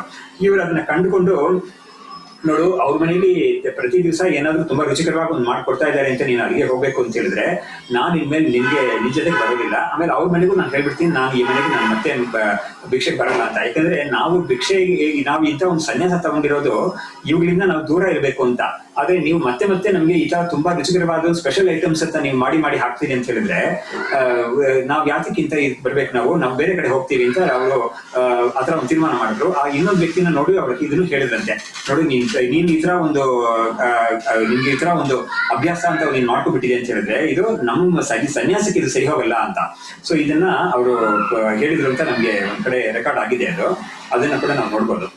ಆಮೇಲೆ ಇನ್ನೊಂದು ಸೊ ಇಲ್ಲಿ ಅದನ್ನೇ ಹೇಳಿದ್ರು, ಭಿಕ್ಷೆ ಮತ್ತು ವಸ್ತ್ರ ಇಂಥದನ್ನೆಲ್ಲ ಯಾರಾದ್ರೂ ರಕ್ಷಣೆ ಮಾಡ್ಕೋಬೇಕು ಅಂತ ಒಂದು ಅದೇ ಗುರಿಯಾಗಿದ್ರೆ, ಅವಾಗ ಅಂತವರ ಒಂದು ವೈರಾಗ್ಯವನ್ನ ನಾವು ಸ್ವಲ್ಪ ಯೋಚನೆ ಮಾಡ್ಬೇಕು ಅದ್ರ ಬಗ್ಗೆ ಅಂತ ಹೇಳ್ತಾ ಇದ್ದಾರೆ. ಅಂದ್ರೆ ಒಂದು ಕಾಷನ್ ಕೊಡ್ತಾ ಇದ್ದಾರೆ. ವರ್ಣ ಆಶ್ರಮ ಪರಾನ್ ಮೂಢಾಃ ನಿಂದಂತ್ವಿಚ್ಯತೆ ಯದಿ ದೇಹಾತ್ಮ ಮತಯೋ ಬುದ್ಧಂ ನಿಂದಂತ್ವಾಶ್ರಮ ಮಾನಿನಃ. ಇವಾಗ ವರ್ಣಾಶ್ರಮ ಪರಾನ್ ಮೂಢಾಹ ಅಂದ್ರೆ ವರ್ಣಾಶ್ರಮ ಪರர்களಾಗಿರೋರು ಮೂಢಾಹ ಅಂತ ಯಾಕೆ ಹೇಳಿದ್ರು ಅಂದ್ರೆ, ಅವ್ರು ಮುಂಚೆನೆ ಹೇಳಿದ್ರಲ್ಲ, ಆತ್ಮಜ್ಞಾನ ಇಲ್ಲದೆ ಇರೋರೇನೆ ವರ್ಣಾಶ್ರಮಗಳು ಇದೆಲ್ಲ ನಮ್ಗೆ ಇದೆ ಅಂತ ಅವರು ತಿಳ್ಕೊಂಡಿರ್ತಾರೆ. ಹಾಗಾಗಿ ಅವ್ರನ್ನ ಮೂಢ ಅಂತ ಹೇಳಿದ್ರು. ಅವರು ನಿಂದಂತೂ ಇತ್ಯುಚ್ಯತೆ ಇದೆ, ಅವ್ರೇನಾದ್ರು ನಿಂದೆ ಮಾಡ್ಕೊಂಡು ಹೋಗ್ಲಿ ಅಂತ ಏನಾದ್ರು ಹೇಳಿದ್ರೆ, ದೇಹಾತ್ಮತೆಯೋ ಬುದ್ಧಂ ನಿಂದಂತೂ ಆಶ್ರಮ ಮಾನಿನಃ ಅಂತ ಹೇಳಿದ್ರೆ, ದೇಹಾತ್ಮ ಬುದ್ಧಿ ಇರೋರು ಅವರು ಬುದ್ಧಂ ಅಂತ ಹೇಳಿದ್ರೆ ಏನು, ಜ್ಞಾನಿಯನ್ನ ನೋಡಿ ಅವರು ನಿಂದನೆ ಮಾಡ್ಲಿ ಅವರು ಅಂತ ಅದನ್ನು ಕೂಡ ನಾವು ಹೇಳ್ಬೋದು. ಅದಕ್ಕಾಗಿ ನಿಂದೆಗೆ ಒಳಪಡದೇ ಇರೋರು ಯಾರು ಇಲ್ವೇ ಇಲ್ಲ ಲೋಕದಲ್ಲಿ ಅಂತ ಅದನ್ನ ಹೇಳ್ತಾ ಇದ್ದಾರೆ. ಅನುಷ್ಠಾನ ತುಂಬಾ ಮಾಡ್ತಾ ಇದ್ದಾನೆ ಅಂತ ಹೇಳಿದ್ರೆ ಅವನು ಕೂಡ ಕೆಲವರು ನಿಂದನೆ ಮಾಡ್ತಾರೆ. ಆಮೇಲೆ ಆತ್ಮಜ್ಞಾನಿಯಾಗಿದ್ದಾನೆ ಅಂತ ಹೇಳಿದ್ರೆ ಅವನು ಕೂಡ ಕೆಲವರು ನಿಂದನೆ ಮಾಡೋರು ಇರ್ತಾರೆ. ಸೊ ನಿಂದಂತೂ ಆಶ್ರಮ ಮಾನಿನಃ.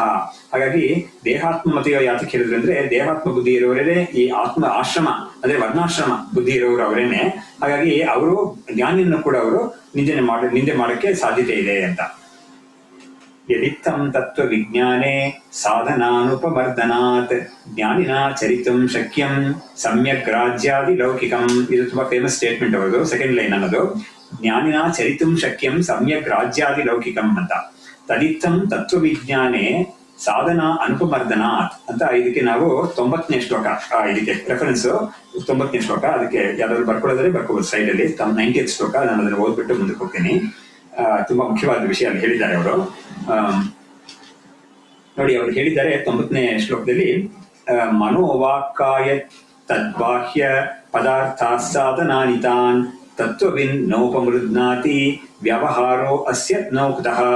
ಅಂದ್ರೆ ಆತ್ಮಜ್ಞಾನಿಯಾಗಿರೋನು ಪ್ರಪಂಚವೆಲ್ಲ ಮಿಥ್ಯವಾಗಿರೋದು ಅಂತ ತಿಳ್ಕೊಂಡ ಮೇಲೂ ಕೂಡ ಅವನು ಏನಾದ್ರೂ ವ್ಯವಹಾರದಲ್ಲಿ ಅವನು ಇರ್ತಾನೆ ಅಂತ ಹೇಳಿದ್ರೆ, ಯಾತಕ್ಕೆ ಇರ್ತಾನೆ ಅಂತ ಹೇಳಿದ್ರೆ ಅವನಿಗೆ ವ್ಯವಹಾರ ಮಾಡಕ್ ಸಾಧ್ಯತೆ ಇದೆ. ಅಂದ್ರೆ ವ್ಯವಹಾರ ಮಾಡಕ್ಕೆ ಆಗಲ್ಲ ಅಂತಲ್ಲ, it is not that is incapable of doing ವ್ಯವಹಾರ.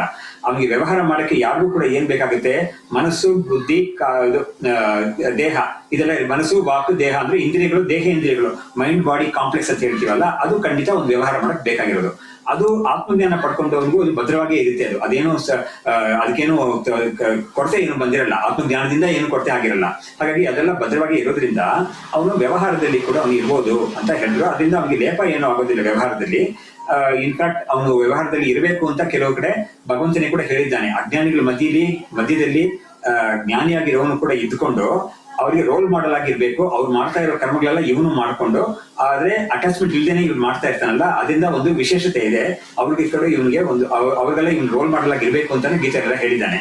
ಸೊ ಹೀಗೆ ವ್ಯವಹಾರ ಮಾಡಕ್ ಅವ್ನಿಗೆ ಸಾಧ್ಯತೆ ಇದೆ ಅಂತ ಹೇಳಿದ್ರಲ್ಲ, ಅದನ್ನ ಇವರು ಇಲ್ಲಿ ಜ್ಞಾಪಕ ಮಾಡ್ಕೊಳ್ತಾರೆ ಇವಾಗ 114ನೇ ಶ್ಲೋಕದಲ್ಲಿ. ತದಿತ್ತಂ ತತ್ವವಿಜ್ಞಾನೇ ಸಾಧನ ಅನುಪಮರ್ದನ. ಸಾಧನ ಅಂದ್ರೆ ಏನು, ಈ ದೇಹ, ಮನಸ್ಸು, ಇಂದ್ರಿಯಗಳು ಇದೆಲ್ಲ ಭದ್ರವಾಗಿರುತ್ತೆ. ಅದನ್ನೇನು ಅವನು ಸಾಯಿಸ್ಬಿಡಲ್ಲ, ಅದನ್ನ ನಾಶ ಮಾಡಲ್ಲ ಅವನು ಆತ್ಮಜ್ಞಾನಕ್ಕೆ ಬಂದಿದೆ ಅಂತ. ಅದರಿಂದ ಅವನಿಗೆ ಜ್ಞಾನಿನ ಚರಿತಂ ಶಕ್ಯಂ ಸಮ್ಯಕ್ ರಾಜ್ಯಾದಿ ಲೌಕಿಕಂ. ಆ ಜ್ಞಾನಿಗೆ ತುಂಬಾ ಚೆನ್ನಾಗಿ ಅವನಿಗೆ ಮಾಡಕ್ಕಾಗುತ್ತೆ. ಇದಕ್ಕೆ ನಮ್ಗೆ ವಿದ್ಯಾರಣ್ಯರನ್ನ ಹೇಳ್ತಾರೆ. ಇನ್ನು ಎಷ್ಟೋ ಜನವನ್ನ ಇವಾಗ ನಮ್ಮ ಉದಾಹರಣೆಗೆ ನಮ್ಮ ಇದಕ್ಕೆ ಮುಂಚೆ ಇದ್ದ ಜಗದ್ಗುರುಗಳು ಕೂಡ, ವಿದ್ಯಾತೀರ್ಥರುಗಳು ಕೂಡ, ಅವರು ರಾಜ್ಯಾದಿ ಲೌಕಿಕಕ್ಕೆ ಹೋಗದೆ ಹೋದ್ರು ಕೂಡ ಮಠವನ್ನ ಎಷ್ಟು ಚೆನ್ನಾಗಿ ಅವರು ಅಡ್ಮಿನಿಸ್ಟ್ರೇಟ್ ಮಾಡ್ತಾ ಇದ್ರು ಅನ್ನೋದಕ್ಕೆ ಬೇಕಾದಷ್ಟು ಉದಾಹರಣೆಗಳು ಕೊಡ್ತಾರೆ. ಹೇಗೆ ಗವರ್ಮೆಂಟ್ ಜೊತೆಗೆ ಹೇಗೆ ವ್ಯವಹಾರ ಮಾಡ್ಬೇಕಾಯ್ತು, ಹೇಗೆ ಕೋರ್ಟ್ ಕೇಸಸ್ನೆಲ್ಲ ಹೇಗೆ ನಿಭಾಯಿಸಬೇಕಾಗಿತ್ತು, ಆಮೇಲೆ ಬೇರೆ ಜನಗಳನ್ನ, ಬೇರೆ ಜಾತಿಗಳನ್ನ, ಅಲ್ಲಿಂದ ಬಂದಿದ್ದ ಒಂದು ಕೆಲವ ಕಷ್ಟಗಳನ್ನೆಲ್ಲ ಅವರು ಹೇಗೆ ಅವರು ನಿಭಾಯಿಸಿದ್ರು. ಹೀಗೆ ಆಮೇಲೆ ಮಠಕ್ಕೆ ಸೇರಿದ್ದ ಒಂದು ಜಮೀನು, ಆಮೇಲೆ ತೋಟಗಾರಿಕೆ, ಆಮೇಲೆ ಕೃಷಿ, ಇಂಥದಲ್ಲೆಲ್ಲ ಕೂಡ ಅವರು ಎಷ್ಟು ಚೆನ್ನಾಗಿ ಅವರು ಒಂದು ಇಂಪ್ರೂವ್ಮೆಂಟ್ಸ್ ಎಲ್ಲ ಮಾಡಿದ್ರು. ಬೈ ಬಾಕಿಯವ್ರನ್ನೆಲ್ಲ ಕನ್ಸಲ್ಟ್ ಮಾಡಿ, ಅಂತ ಒಂದು ಎಕ್ಸ್ಪರ್ಟ್ಸ್ ನೆಲ್ಲ ಕನ್ಸಲ್ಟ್ ಮಾಡಿ ಅವ್ರ ಹತ್ರ ಇಂದ ಅಡ್ವೈಸ್ ತಗೊಂಡು ಹೇಗೆ ಅದನ್ನ ಇಂಪ್ಲಿಮೆಂಟ್ ಮಾಡೋದಕ್ಕೆ ಬೇಕಾದಷ್ಟು ಅವ್ರ ಬಗ್ಗೆ ಬರ್ದಿದ್ದಾರೆ. ಸೊ ಹೀಗೆ ಆತ್ಮಜ್ಞಾನಿಯಾಗಿದ್ದವರು, ಅಷ್ಟೊಂದು ದೊಡ್ಡ ಯೋಗಿಯಾಗಿದ್ದವರು, ಯಾವ ಕ್ಷಣದಲ್ಲಿ ಬೇಕಾದ್ರೆ ಸಮಾಧಿಗೆ ಹೋಗಕ್ಕೆ ಅವರಿಗೆ ಸಾಮರ್ಥ್ಯ ಇದ್ದವರು, ಅವರು ಹೇಗೆ ಲೌಕಿಕವನ್ನ ತುಂಬಾ ಚೆನ್ನಾಗಿ ಮಾಡಿದ್ರು ಅನ್ನೋದಕ್ಕೆ ಉದಾಹರಣೆ ಎಲ್ಲ ಕೊಟ್ಟಿದ್ದಾರೆ. ಸೊ ಹೀಗೆ ನಾವು ತದಿತ್ತಂ ತತ್ವವಿಜ್ಞಾನೇ ಸಾಧನ ಅನುಪಮರ್ದನಾತ್ ಜ್ಞಾನಿನ ಚರಿತುಂ ಶಕ್ಯಂ ಸಮ್ಯಕ್ ರಾಜ್ಯಾದಿ ಲೌಕಿಕಂ. ಹಾಗಾಗಿ ತುಂಬಾ ಚೆನ್ನಾಗಿ ಅವರಿಗೆ ಎಂತ ಒಂದು ಅಡ್ಮಿನಿಸ್ಟ್ರೇಷನ್ ಅನ್ನೋದನ್ನ ಕೂಡ ಅವರು ಮಾಡಕ್ಕೆ ಸಾಧ್ಯವಾಗುತ್ತೆ ಅವರಿಗೆ. ಮಿಥ್ಯಾತ್ವಬುದ್ಧ್ಯಾ ತತ್ರೇಚ್ಛ ನಾಸ್ತಿ ಚೇತ್ ತರ್ಹಿ ಮಾಸ್ತು ತತ್ ಧ್ಯಾಯನ್ ವಾ ಅಥ ವ್ಯವಹರನ್ ಯಥಾರಬ್ಧಂ ವಸತ್ವಯಂ. ಹಾಗಾಗಿ ಮಿಥ್ಯಾತ್ವ ಬುದ್ಧಿಯ, ಈ ಪ್ರಪಂಚವೆಲ್ಲ ಮಿಥ್ಯಾ ಅಂತ ಒಂದು ಬುದ್ಧಿ ಅವನಿಗೆ ದೃಢವಾಗಿರುತ್ತೆ. ಅದರಿಂದ ಅವನಿಗೆ ಆ ವಿಷಯಗಳಲ್ಲಿ ಇಚ್ಛೆ ಇಲ್ಲದೆ ಹೋದ್ರೆ ಇಲ್ಲಿ ಪರವಾಗಿಲ್ಲ, ಅವ್ನು ಮಾಡದೆ ಹೋಗ್ಲಿ, ಅವ್ನು ಮಾಡ್ಬೇಕು ಅಂತ ಏನ್ ಕಡ್ಡಾಯ ಇಲ್ಲ, ವ್ಯವಹಾರ ಅವ್ನು ಮಾಡ್ಲೇಬೇಕು ಅಂತ ಏನ್ ಕಡ್ಡಾಯ ಇಲ್ಲ. ಆದ್ರೆ ಧ್ಯಾಯನ್ವಾ ಅಥವಾ ವ್ಯವಹಾರನ್ನೇ ಯಥಾರಬ್ಧಂ ವಸತ್ವಯಂ.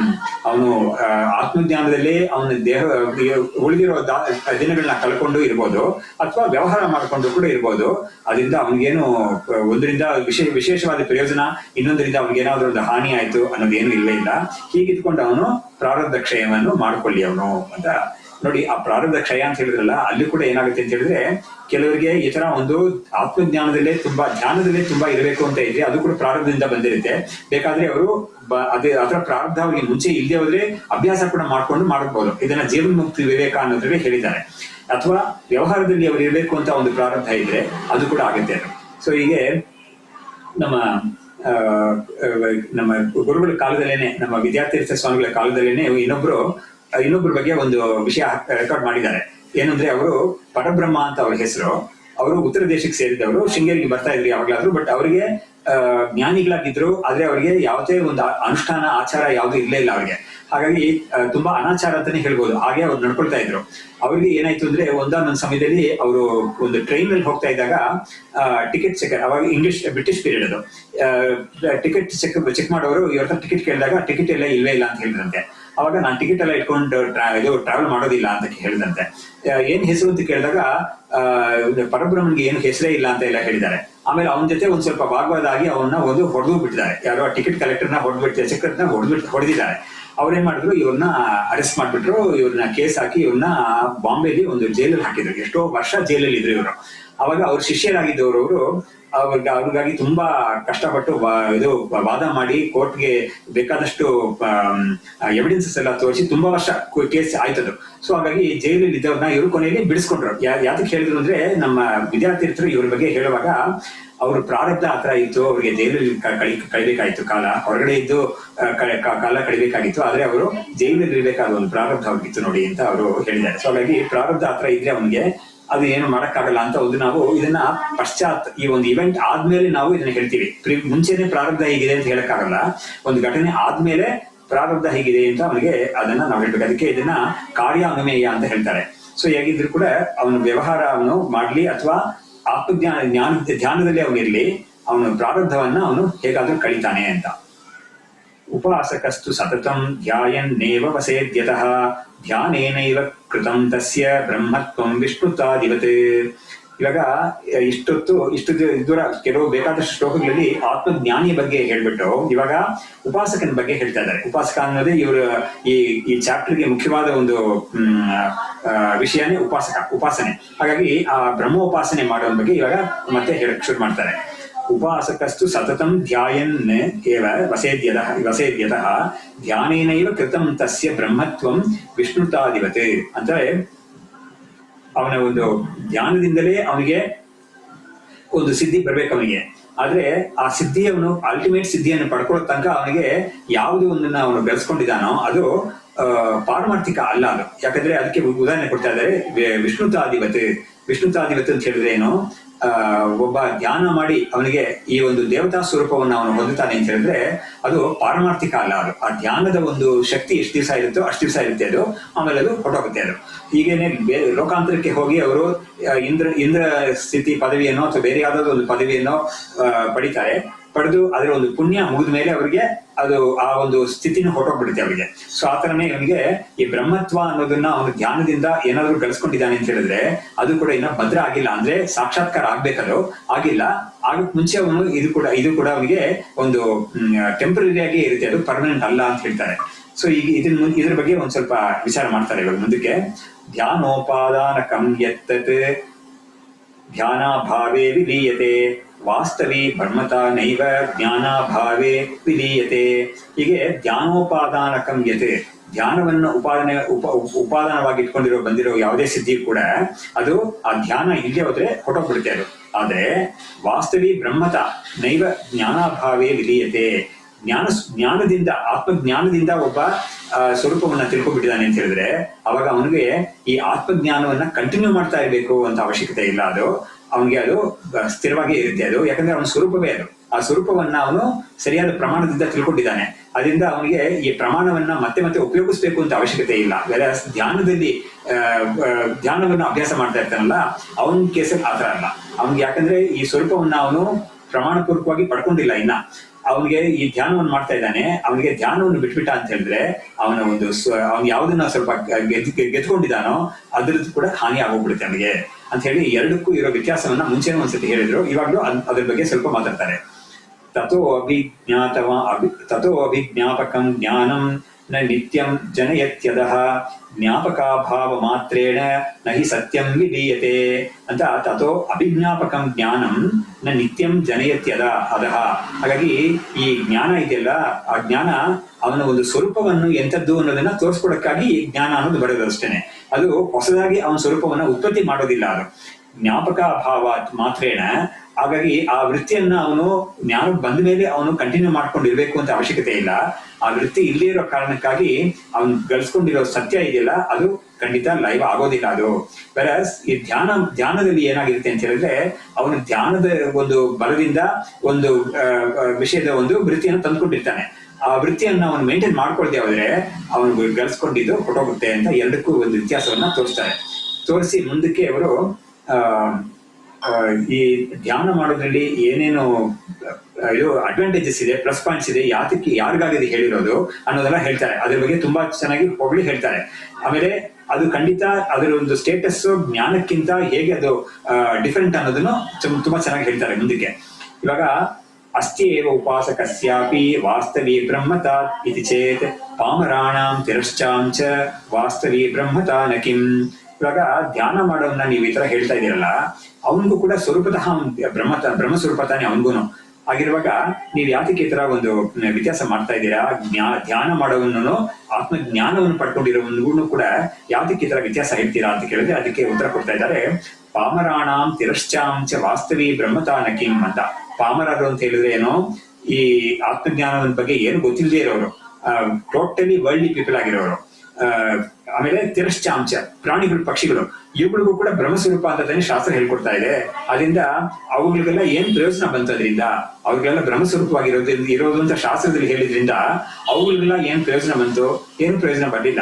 ಆದ್ರೆ ಯಾರು ಅದನ್ನ ತಿಳ್ಕೊಂಡು ನಾನು ಇದಕ್ಕೆ ಅನುಷ್ಠಾನ ಮಾಡ್ಬೇಕು ಅಂತ ಬರ್ತಾನೋ ಅವ್ನಿಗೆ ಅದರಿಂದ ಪ್ರಯೋಜನ ಬರುತ್ತೆ. ಆದ್ರೆ just because somebody is by default ಬ್ರಹ್ಮಸ್ವರೂಪ, ಆ ಪರ್ಸನ್ಗೆ ಏನೋ ಅದರಿಂದ ಪ್ರಯೋಜನ ಆಗೋಲ್ಲ. ಸೊ ಹೀಗಾಗಿ ಅದನ್ನ ತಿಳ್ಕೊಂಡವ್ರು ಮಾತ್ರನೇ ಅದು ಬರುತ್ತೆ ಅದು. ಸೊ ಹೀಗಾಗಿ ಆ ತಿಳುವಳಿಕೆ ಅನ್ನೋದು ಎಷ್ಟು ಮುಖ್ಯ ಅನ್ನೋದನ್ನ ಮುಂದಕ್ಕೆ ತೋರಿಸ್ಕೊಡ್ತಾ ಇದ್ದಾರೆ. ಅಜ್ಞಾನಾದ್ ಅಪಮರ್ಥತ್ವಂ ಉಭಯತ್ರಾಪಿ ತತ್ಸಮಂ ಉಪಾಸಾದ್ಯಥಾ ಭಿಕ್ಷಾ ವರಂ ಉಪವಾಸಾದ್ಯಥಾ ಭಿಕ್ಷಾ ವರಂ ಧ್ಯಾನಂ ತಥಾ ಅನ್ಯತಃ. ಇವಾಗ ಈ ಧ್ಯಾನಂ ಅನ್ನೋದಕ್ಕೆ ಏನು ವೈಶಿಷ್ಟ್ಯ ಇದೆ? ಆತ್ಮಧ್ಯಾನ ಅಂತ ಹೇಳಿದ್ರಲ್ಲ, ಈ ಧ್ಯಾನ ನಾವು ಮಾಡಬೇಕು, ಪ್ರಯತ್ನ ಮಾಡಿ ಅದರಲ್ಲಿ ತೊಡಗಬೇಕು ನಾವು ಅಂತ ಹೇಳ್ತಾ ಇದ್ರಲ್ಲ, ಅದಕ್ಕೆ ಒಂದು ಉದಾಹರಣೆ ಕೊಟ್ಟು ಹೇಳ್ತಾ ಇದ್ದಾರೆ. ಅಜ್ಞಾನಾತ್ ಅಪಮರ್ಥತ್ವಂ ಉಭಯತ್ರ ಅಪಿ ತತ್ಸಮಂ. ಏನೋ ಪಾಮರರಿಗಾಗ್ಲಿ ಅಥವಾ ಸಾಮಾನ್ಯ ಮನುಷ್ಯರಿಗಾಗ್ಲಿ ಅಥವಾ ಪ್ರಾಣಿ ಪಕ್ಷಿಗಳಾಗ್ಲಿ ಈ ಆತ್ಮಜ್ಞಾನ ಆಮೇಲೆ ಉಪಾಸಕನಿಗೆ ಆಗ್ಲಿ ಆ ಆತ್ಮಜ್ಞಾನ ಇನ್ನ ಅವನಿಗೆ ಸಿದ್ಧಿಸಿಲ್ಲ ಅನ್ನೋ ಕಾರಣದಿಂದ ಅವನಿಗೆ ಅವನು ಉಪಾಸನೆಯನ್ನು ಮಾಡ್ಬೇಕಾಗತ್ತೆ. ಅವನು ಜಸ್ಟ್ ಬಿಕಾಸ್ ಅವನು ಬ್ರಹ್ಮಸ್ವರೂಪವಾಗಿ ಇದ್ದಾನೆ ಸ್ವರೂಪತಃ ಅನ್ನೋ ಕಾರಣದಿಂದ ಅವನು ಏನು ಮಾಡದೇ ಇರೋಕ್ಕಾಗಲ್ಲ ಖಂಡಿತ. ಅದಕ್ಕೆ ಅವರು ಉದಾಹರಣೆ ಕೊಡ್ತಾ ಇರೋದು ಏನು ಅಂತ ಹೇಳಿದ್ರೆ, ಉಪವಾಸ ಯಥಾ ಭಿಕ್ಷಾ ವರಂ ಅಂತ. ಹೇಗೆ ಒಬ್ಬರಿಗೆ ಉಪವಾಸಕ್ಕಿಂತ ಏನೋ ಅವನಿಗೆ ಕಾರಣಕ್ಕಾಗಿ ಅವನಿಗೆ ಉಪವಾಸ ಇರ್ಬೇಕಾದ ಒಂದು ಸ್ಥಿತಿ ಬಂದ್ಬಿಡ್ತು. ಅಂದ್ರೆ ಏನು, ಅವನಿಗೆ ಸಂಪಾದನೆ ಮಾಡಿಲ್ಲ, ಅವನು ಅದನ್ನ ಖರ್ಚು ಮಾಡಿ ಅವನು ಏನಾದ್ರು ಅಡಿಗೆ ಮಾಡ್ಕೊಂಡು ತಿನ್ನಕ್ಕೆ ಅವನಿಗೆ ಗತಿ ಇಲ್ಲ ಅಂತ. ಹಾಗಾಗಿ ಆ ಗತಿ ಇಲ್ಲದೆ ಇರೋ ಒಂದು ಸ್ಥಿತಿಗಿಂತ ಅವನು ಒಬ್ಬರ ಹತ್ರ ಹೋಗಿ ಕೈ ಚಾಚಿ ಭಿಕ್ಷೆ ಬೇಡೋದು ಉತ್ತಮವಲ್ವಾ ಇನ್ನ? ಯಾಕಂದ್ರೆ ಅವನು ಶರೀರವನ್ನಾದ್ರೂ ರಕ್ಷಣೆ ಮಾಡ್ಕೋಬಹುದು ಈ ತರ ಮಾಡಿ. ಹಾಗಾಗಿ ಹೇಗೆ ಉಪವಾಸ ಇರೋದಕ್ಕಿಂತ ಭಿಕ್ಷೆ ಬೇಡೋದು ಎಷ್ಟು ಒಳ್ಳೇದು ಅಂತ ನಾವು ಹೇಳ್ತೀವೋ, ಆ ತರ ಏನೇನೋ ಮಾಡೋದಕ್ಕಿಂತ ಈ ಬ್ರಹ್ಮ ಧ್ಯಾನವನ್ನ ನಾವು ಮಾಡೋದು ಉತ್ತಮ ಅಂತ ಹೇಳ್ತಾ ಇದ್ದಾರೆ. Now we can see the context and the importance of this ಬ್ರಹ್ಮ ಉಪಾಸನ.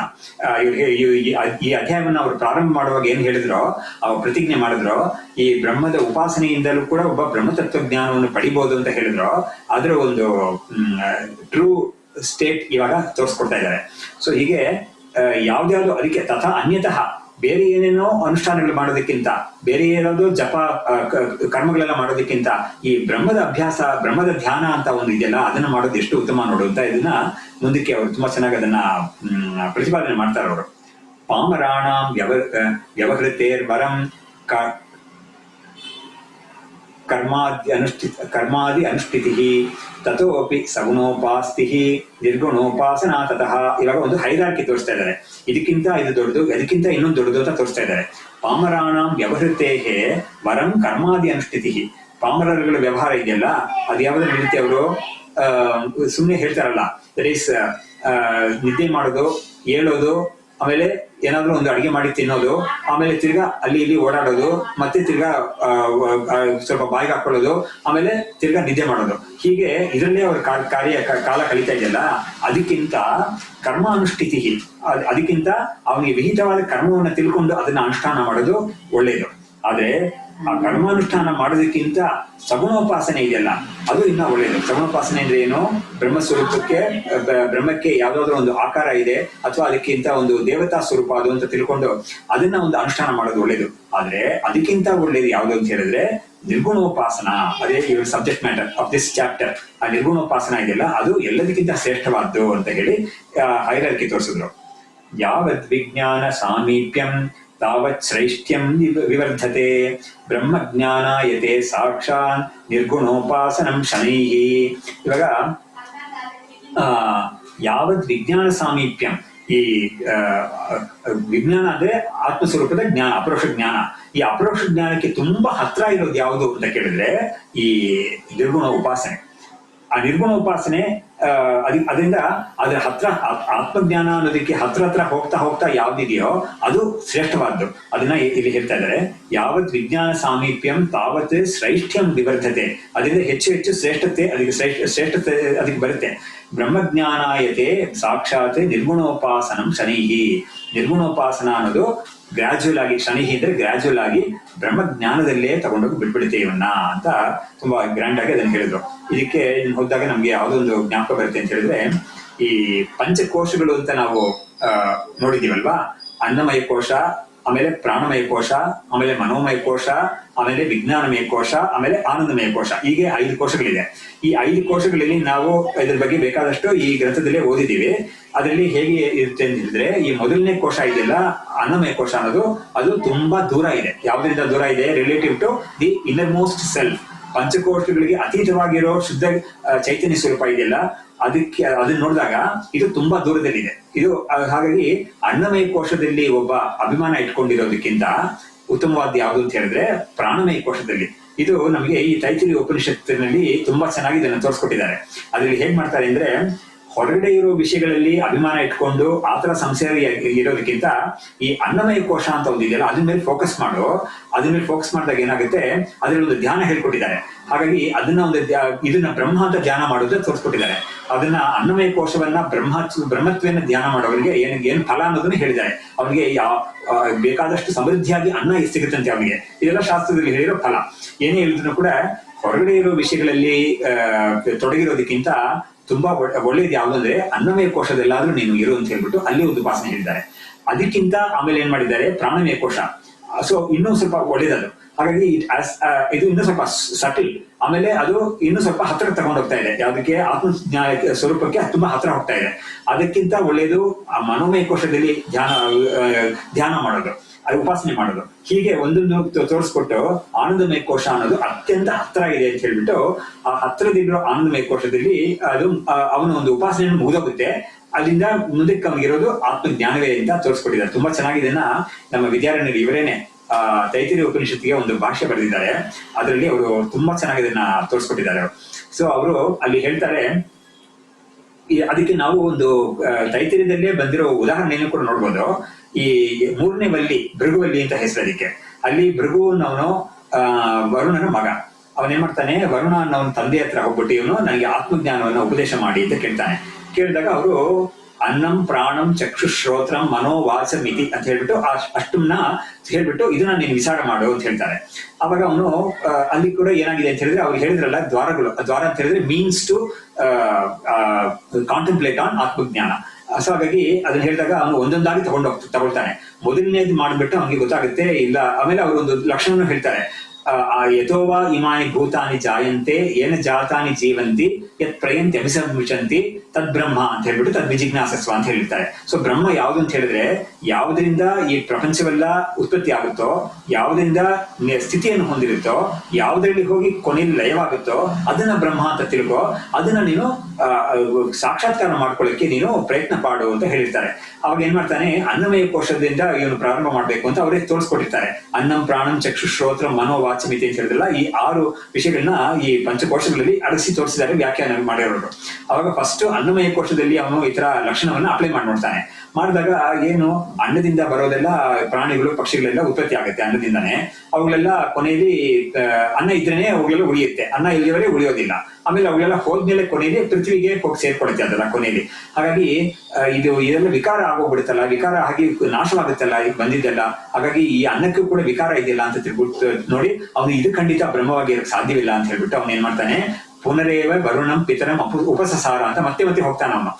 ಒಂದೊಂದು ಸ್ಟೇಜ್ ಆದ್ಮೇಲೆ ಮತ್ತೆ ತಂದೆ ಹತ್ರ ಹೋಗ್ತಾನೆ. ಆದ್ರೆ ಕೊನೆಯಲ್ಲಿ ಈ ಆನಂದ ಕೋಶ ಅಂತ ಬ್ರಹ್ಮಯ ಕೋಶ ಅಂತ ಬರುತ್ತಲ್ಲ, ಅಲ್ಲಿ ಮಾತ್ರ ಏನಾಗುತ್ತೆ, ಅವನಿಗೆ ಕೊನೆಯಲ್ಲಿ ಅವನಿಗೆ ಇದೇ ಕೊನೆ ಅಂತ ಗೊತ್ತಾಗ್ಬಿಡುತ್ತೆ. ಅವನಿಗೆ ಇದಕ್ ಮೇಲೆ ನಾವು ತಿಳ್ಕೊಳ್ಬೇಕಾದ ಯಾವುದೂ ಇಲ್ಲ. ಇಲ್ಲೇ ಅವನಿಗೆ ಬ್ರಹ್ಮಸ್ವರೂಪದ ಒಂದು ಆತ್ಮಸ್ವರೂಪದ ಸಾಕ್ಷಾತ್ಕಾರ ಆಗೋಗುತ್ತೆ ಅವನು. ಹಾಗಾಗಿ ಅವನು ಅದಾದ್ಮೇಲೆ ಮತ್ತೆ ಅವನ ತಂದೆ ಹತ್ರ ಹೋಗೋದಿಲ್ಲ. ಸೊ ಹೀಗೆ ಅದು ಮುಗಿಯುತ್ತೆ. ಸೊ ಅಲ್ಲಿ ಆತರ ತುಂಬಾ ಚೆನ್ನಾಗಿ ತೋರಿಸಿದ್ದಾರೆ. ಅದು ಯಾವ್ದಕ್ಕೆ ನಮ್ಗೆ ಇವಾಗ ಜ್ಞಾಪಿಸ್ಕೊಂಡೆ ಅಂತ ಹೇಳಿದ್ರೆ, when compared to the ಅನ್ನಮಯ ಕೋಶ, ದಿ ಆನಂದಮಯ ಕೋಶ is the closest to the ಆತ್ಮನ್. ಅದರಿಂದ ಅದರಲ್ಲಿ ವಿಶೇಷತೆ ತುಂಬಾ ಇದೆ ಅದಕ್ಕೆ, ಯಾಕಂದ್ರೆ ಅಲ್ಲಿ ಜಿಜ್ಞಾಸೆ ಪರಿಸಮಾಪ್ತಿ ಆಗೋಗ್ಬಿಡುತ್ತೆ ಅಂತ. ಸೊ ಇಲ್ಲಿ ಕೂಡ ಅವ್ರು ಏನ್ ಹೇಳಿದ್ರು, ಯಾವತ್ ವಿಜ್ಞಾನ ಸಾಮೀಪ್ಯಂ ತಾವತ್ ಶ್ರೈಷ್ಠ್ಯಂ ವಿವರ್ಧತೆ. ಸೊ ನಿನ್ನ ಆತ್ಮಸ್ವರೂಪದ ಜ್ಞಾನವನ್ನ ನಿನ್ಗೆ ತಂದುಕೊಡೋ ಯಾವ್ದಾವ್ದೋ ಒಂದು ಅಭ್ಯಾಸ ಯಾವುದೇ ಇದ್ರೂ ಕೂಡ ಲೋಕದಲ್ಲಿ ಅದು ತುಂಬಾ ಅದಕ್ಕೆ ಹತ್ರ ಯಾವ್ದು ಇದೆಯೋ ಅದೇ ತುಂಬಾ ಶ್ರೇಷ್ಠವಾದ್ದು ಅಂತ ತೋರಿಸ್ಕೊಂಡ್ಬಿಟ್ಟು. ಹಾಗಾಗಿ ನೋಡಿದ್ರೆ ನಾವು ಲೋಕದಲ್ಲಿ ಕೂಡ ನಾವು ನೋಡ್ಬೋದು ಇದನ್ನ. ಎಷ್ಟು ಈ ಕಾಲದಲ್ಲಿ ಕೂಡ ತುಂಬಾ ಜನ ಅಂದ್ರೆ ನಾನು ಯಾಕೆ ಹೇಳ್ತೀನಿ ಅಂದ್ರೆ, ಈ ತರ ಒಂದು ಥಿಂಕಿಂಗ್ ಅವರಿಗೆ ಬಂದು ಅವ್ರು ಪ್ರಯತ್ನ ಮಾಡಕ್ ಬರ್ತಾ ಇದ್ದಾರೆ. ಅವ್ರಿಗೆ ಈ ಗ್ರಂಥಗಳೆಲ್ಲ ಇಂಥದ್ದೆಲ್ಲ ಯಾರಾದ್ರೂ ಸ್ವಲ್ಪ ಓದಿ ಅಥವಾ ಎಲ್ಲಾದ್ರೂ ಸತ್ಸಂಗದಲ್ಲಿ ಕೇಳಿ ಅವ್ರಿಗೆ ಹೌದು ನಾವು ಯೋಚನೆ ಮಾಡಿ ನೋಡ್ತಾರೆ. ಅವ್ರು ನಾ ಏನ್ ಮಾಡ್ತಾ ಇದ್ದೀನಿ ಇವಾಗ, ಏನೋ ಓದ್ದೆ ಗ್ರಾಜುಯೇಷನ್ ಮಾಡ್ಕೊಂಡೆ, ಒಳ್ಳೆ ಒಂದು ಡಿಗ್ರಿ ಸಿಕ್ತು, ಅದರಿಂದ ತುಂಬಾ ಒಳ್ಳೆ ಕೆಲಸನೂ ಸಿಕ್ತು, ಆದ್ರೆ ಏನು ಇದನ್ನ ನಾವು ಹೊಂದಿಲ್ವಲ್ಲ ಅಂತ ಒಂದು ಬುದ್ಧಿ ಬರುತ್ತೆ ಅವರಿಗೆ. ಅವಾಗ ಏನ್ ಮಾಡ್ತಾರೆ ಅವರು, ಸರಿ ಅವರೇ ಒಂದು ಸ್ಟಾಕ್ ಟೇಕಿಂಗ್ ಅಂತ ಮಾಡ್ತಾರೆ ಅವರು. ಮಾಡ್ಬಿಟ್ಟು ನಾನು ಯಾವ ಸ್ಥಿತಿಲಿ ಇದ್ದೀನಿ ಇವಾಗ, ನಾನು ಎಷ್ಟು ಸಂಪಾದನೆ ಮಾಡಿದ್ದೀನಿ, ನಾನು ತಿರ್ಗಾ ಈ ಕೆಲಸಕ್ಕೆ ನಾನು ಹೋಗದೆ ಇದ್ರೆ ನನಗೆ ಏನಾಗುತ್ತೆ ಅಂತ ನೋಡ್ಕೊಳ್ತಾರೆ. ನೋಡ್ಕೊಂಡು ಅದೆಲ್ಲ ಭದ್ರವಾಗಿ ಮಾಡ್ಕೊಂಡು ಅವ್ರು ಏನ್ ಮಾಡ್ತಾರೆ, ಇದಕ್ ಬರ್ತಾರೆ. ಇದಕ್ ಬಂದ್ಬಿಟ್ಟು ನನಗೆ ತಿಳಿದವರಿಗೆ ಕೆಲವರೆಲ್ಲ ಇದ್ದಾರೆ, ಬಂದ್ಬಿಟ್ಟು ಒಂದು 6 ತಿಂಗಳು 1 ವರ್ಷನೋ ಅವರು ಒಂದು ಟೈಮ್ ಆಫ್ ತಗೊಂಡ್ಬಿಡ್ತಾರೆ ಕೆಲಸದಿಂದ. ನಾನು ಬರೋಣ ಸ್ವಲ್ಪ ದಿವಸ ಕೆಲಸಕ್ಕೆ, ಸಂಬಳ ಇಲ್ದಿರೋ ಪರವಾಗಿಲ್ಲ ಅಂತ ಹೇಳ್ಬಿಟ್ಟು ಬಂದ್ಬಿಡ್ತಾರೆ. ಬಂದ್ಬಿಟ್ಟು ಎಲ್ಲಾದ್ರೂ ಒಂದು ಕಡೆ ಇದ್ಬಿಟ್ಟು ಅನುಷ್ಠಾನ ಎಲ್ಲ ಮಾಡಕ್ ಶುರು ಮಾಡ್ತಾರೆ. ಯಾವ್ದಕ್ಕೆ ಹೇಳಿದೆ ಅಂದ್ರೆ, ನಾವ್ ಏನೋ ಮಾಡ್ತಾ ಇದೀವಲ್ಲ ಅದಕ್ಕಿಂತ ಇದನ್ನ ಹೊಂದಕ್ಕೆ ಏನಾದ್ರೂ ಒಂದು ದಾರಿ ಇದ್ರೆ that will be the best ಅಂತ ಅವ್ರಿಗೆ ಗೊತ್ತಾಗಿದೆ ಇವಾಗ. ಸೊ ಹೀಗೆ ಇಲ್ಲೂ ಕೂಡ ಅವ್ರು ಹೇಳ್ತಾ ಇದ್ದಾರೆ, ಆತ್ಮಜ್ಞಾನವನ್ನು ಪಡ್ಕೊಳ್ಳಕ್ಕೆ ಹತ್ರದಲ್ಲಿರೋ ಯಾವ್ದೊಂದು ಉಪಾಯ ಇದೆಯೋ ಅದೇ ತುಂಬಾ ಶ್ರೇಷ್ಠವಾದ ಉಪಾಯ ಅಂತ ಹೇಳ್ಬಿಟ್ಟು, ಈ ಬ್ರಹ್ಮ ಧ್ಯಾನ ಅಂತ ಹೇಳಿದ್ರಲ್ಲ, ಬ್ರಹ್ಮ ಉಪಾಸನೆಯನ್ನ, ಅದನ್ನೇನೆ ಅವ್ರು ಎಲ್ಲದಕ್ಕಿಂತ ಶ್ರೇಷ್ಠವಾದ್ದು ಅಂತ ಇಲ್ಲಿ ಇದುವರೆಗೂ ಅವರು ಹೇಳಿದ್ದಾರೆ. ಇನ್ನು ಮುಂದಕ್ಕೆ ನಾವು 123ನೇ ಶ್ಲೋಕದಿಂದ ಮುಂದಿನ ಕ್ಲಾಸ್ ಅಲ್ಲಿ ನೋಡೋಣ. ಇಲ್ಲಿಗೆ ನಿಲ್ಲಿಸಿರೋಣ. 7ನೇ ಅಧ್ಯಾಯದ ಒಂದು ಕೊನೆ ಶ್ಲೋಕಗಳೆಲ್ಲ ಓದ್ಬಿಟ್ಟು ಮುಗಿಸೋಣ.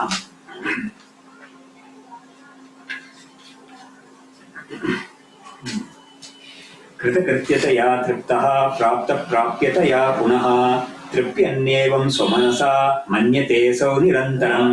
ಧನ್ಯೋಹಂ ನಿತ್ಯಂ ಸ್ವಾತ್ಮಾನ ಮಂಜಸಾ ವೇದ್ಮಿ. ಧನ್ಯೋಹಂ ಬ್ರಹ್ಮಾನಂದೋ ವಿಭಾತಿ ಮೇ ಸ್ಪಷ್ಟಂ. ಧನ್ಯೋಹಂ ದುಃಖಂ ಸಾಂಸಾರಿಕಂ ನ ವೀಕ್ಷ್ಯೇದ್ಯ. ಧನ್ಯೋಹಂ ಸ್ವಸ್ಯ ಅಜ್ಞಾನಂ ಪಲಾಯಿತಂ ಕ್ವಾಪಿ. ಧನ್ಯೋಹಂ ಕರ್ತವ್ಯಂ ಮೇನ ವಿದ್ಯತೆ ಕಿಂಚಿತ್. ಧನ್ಯೋಹಂ ಪ್ರಾಪ್ತವ್ಯಂ ಸರ್ವಮದ್ಯ ಸಂಪನ್ನಂ. ಧನ್ಯೋಹಂ ತೃಪ್ತೇರ್ಮೇ ಕೋಪಮಾ ಭವೇಲ್ಲೋಕೆ. ಧನ್ಯೋಹಂ ಧನ್ಯಃ ಪುನಃ ಪುನರ್ಧನ್ಯಃ. ಅಹೋ ಪುಣ್ಯಂ ಫಲಿತಂ ದೃಢಂ. ಅಸ್ಯ ಪುಣ್ಯಸ್ಯ ಸಂಪತ್ತೇಃ ಅಹೋ ವಯಂ. ಅಹೋ ಶಾಸ್ತ್ರಂ ಅಹೋ ಗುರುಃ. ಅಹೋ ಜ್ಞಾನಂ ಅಹೋ ಸುಖಂ. ತೃಪ್ತಿದೀಪಮಿಮಂ ನಿತ್ಯಂ ಯೇ ಅನುಸಂದಧತೆ ಬುಧಾಃ. ಬ್ರಹ್ಮಾನಂದೇ ನಿಮಜ್ಜಂತಃ ತೇ ತೃಪ್ಯಂತಿ ನಿರಂತರಂ. ನೋಡಿ, ಇವಾಗ ಆ ಶ್ಲೋಕಗಳನ್ನ ನಾವು ಓದಿದ್ರಲ್ಲ, ಆ ಶ್ಲೋಕಗಳಲ್ಲೇ ನಮ್ಗೆ ಒಂದು ಜಿಸ್ಟ್ ಆಫ್ ದಿಸ್ ವೇದಾಂತ ಬಂದ್ಬಿಡ್ತೀವಿ. ಇವಾಗ ನಾವು ಈ ಅಧ್ಯಾಯದಲ್ಲಿ 9ನೇ ಅಧ್ಯಾಯದಲ್ಲಿ ಏನು ಓದ್ತಾ ಇದೀವೋ ಅದ್ರದ್ದೆಲ್ಲ ಒಂದು ಸಾರ ಅಲ್ಲಿ ಅವ್ರು ಹೇಳ್ಬಿಟ್ಟಿದ್ದಾರೆ. ಸೊ ಹೀಗೆ ನಮ್ಗೆ ಈ ಆತ್ಮಜ್ಞಾನದ ಒಂದು ಮಹಿಮೆ, ಆಮೇಲೆ ಅದಕ್ಕೆ ಹೇಗೆ ನಾವು ಇವಾಗ ಧ್ಯಾನ ದೀಪ ನೋಡ್ತಾ ಇದೀವಲ್ಲ ಅದು ಎಷ್ಟು ಹತ್ತಿರದಲ್ಲಿದೆ ಅನ್ನೋದೆಲ್ಲ ನಮ್ಗೆ ಇವಾಗ ಇದರಿಂದ ಗೊತ್ತಾಗ್ತಾ ಇದೆ. ಇವಾಗ ಈ 9ನೇ ಶ್ಲೋಕದ 9ನೇ ಅಧ್ಯಾಯದ ಮೊದಲನೇ ಶ್ಲೋಕವನ್ನು ಓದಿ ನಾವು ಮುಗಿಸೋಣ. ಸಂವಾದಿ ಭ್ರಮವತ್ ಬ್ರಹ್ಮ ತತ್ವೋಪಾಸ್ತ್ಯಾಪಿ ಮುಚ್ಯತೆ ಉತ್ತರೇ ತಾಪನೀಯತಃ ಶ್ರುತೋಪಾಸ್ತಿರನೇಕಧಾ. ನಮಃ ಶ್ರೀ ಶಂಕರಾನಂದ ಗುರುಪಾದಾಂಬುಜನ್ಮನೆ ಸವಿಲಾಸ ಮಹಾಮೋಹ ಗ್ರಾಸೈಕ ಕರ್ಮಣೆ. ತತ್ಪಾದಾಂಬುರ್ಹದ್ವಂದ್ವ ಸೇವಾ ನಿರ್ಮಲ ಚೇತಸಾಂ ಸುಖಬೋಧಾಯ ತತ್ವಸ್ಯ ವಿವೇಕೋಯಂ ವಿಧೀಯತೆ. ಶ್ರುತಿಸ್ಮೃತಿ ಪುರಾಣಾನಾಂ ಆಲಯಂ ಕರುಣಾಲಯಂ ನಮಾಮಿ ಭಗವತ್ಪಾದಂ ಶಂಕರಂ ಲೋಕಶಂಕರಂ. ವಿದ್ಯಾವಿನಯ ಸಂಪನ್ನಂ ವೀತರಾಗಂ ವಿವೇಕಿನಂ ವಂದೇ ವೇದಾಂತ ತತ್ವಜ್ಞಂ ವಿಧುಶೇಖರ ಭಾರತೀಂ. ಓಂ ತತ್ಸತ್. ಧನ್ಯವಾದः.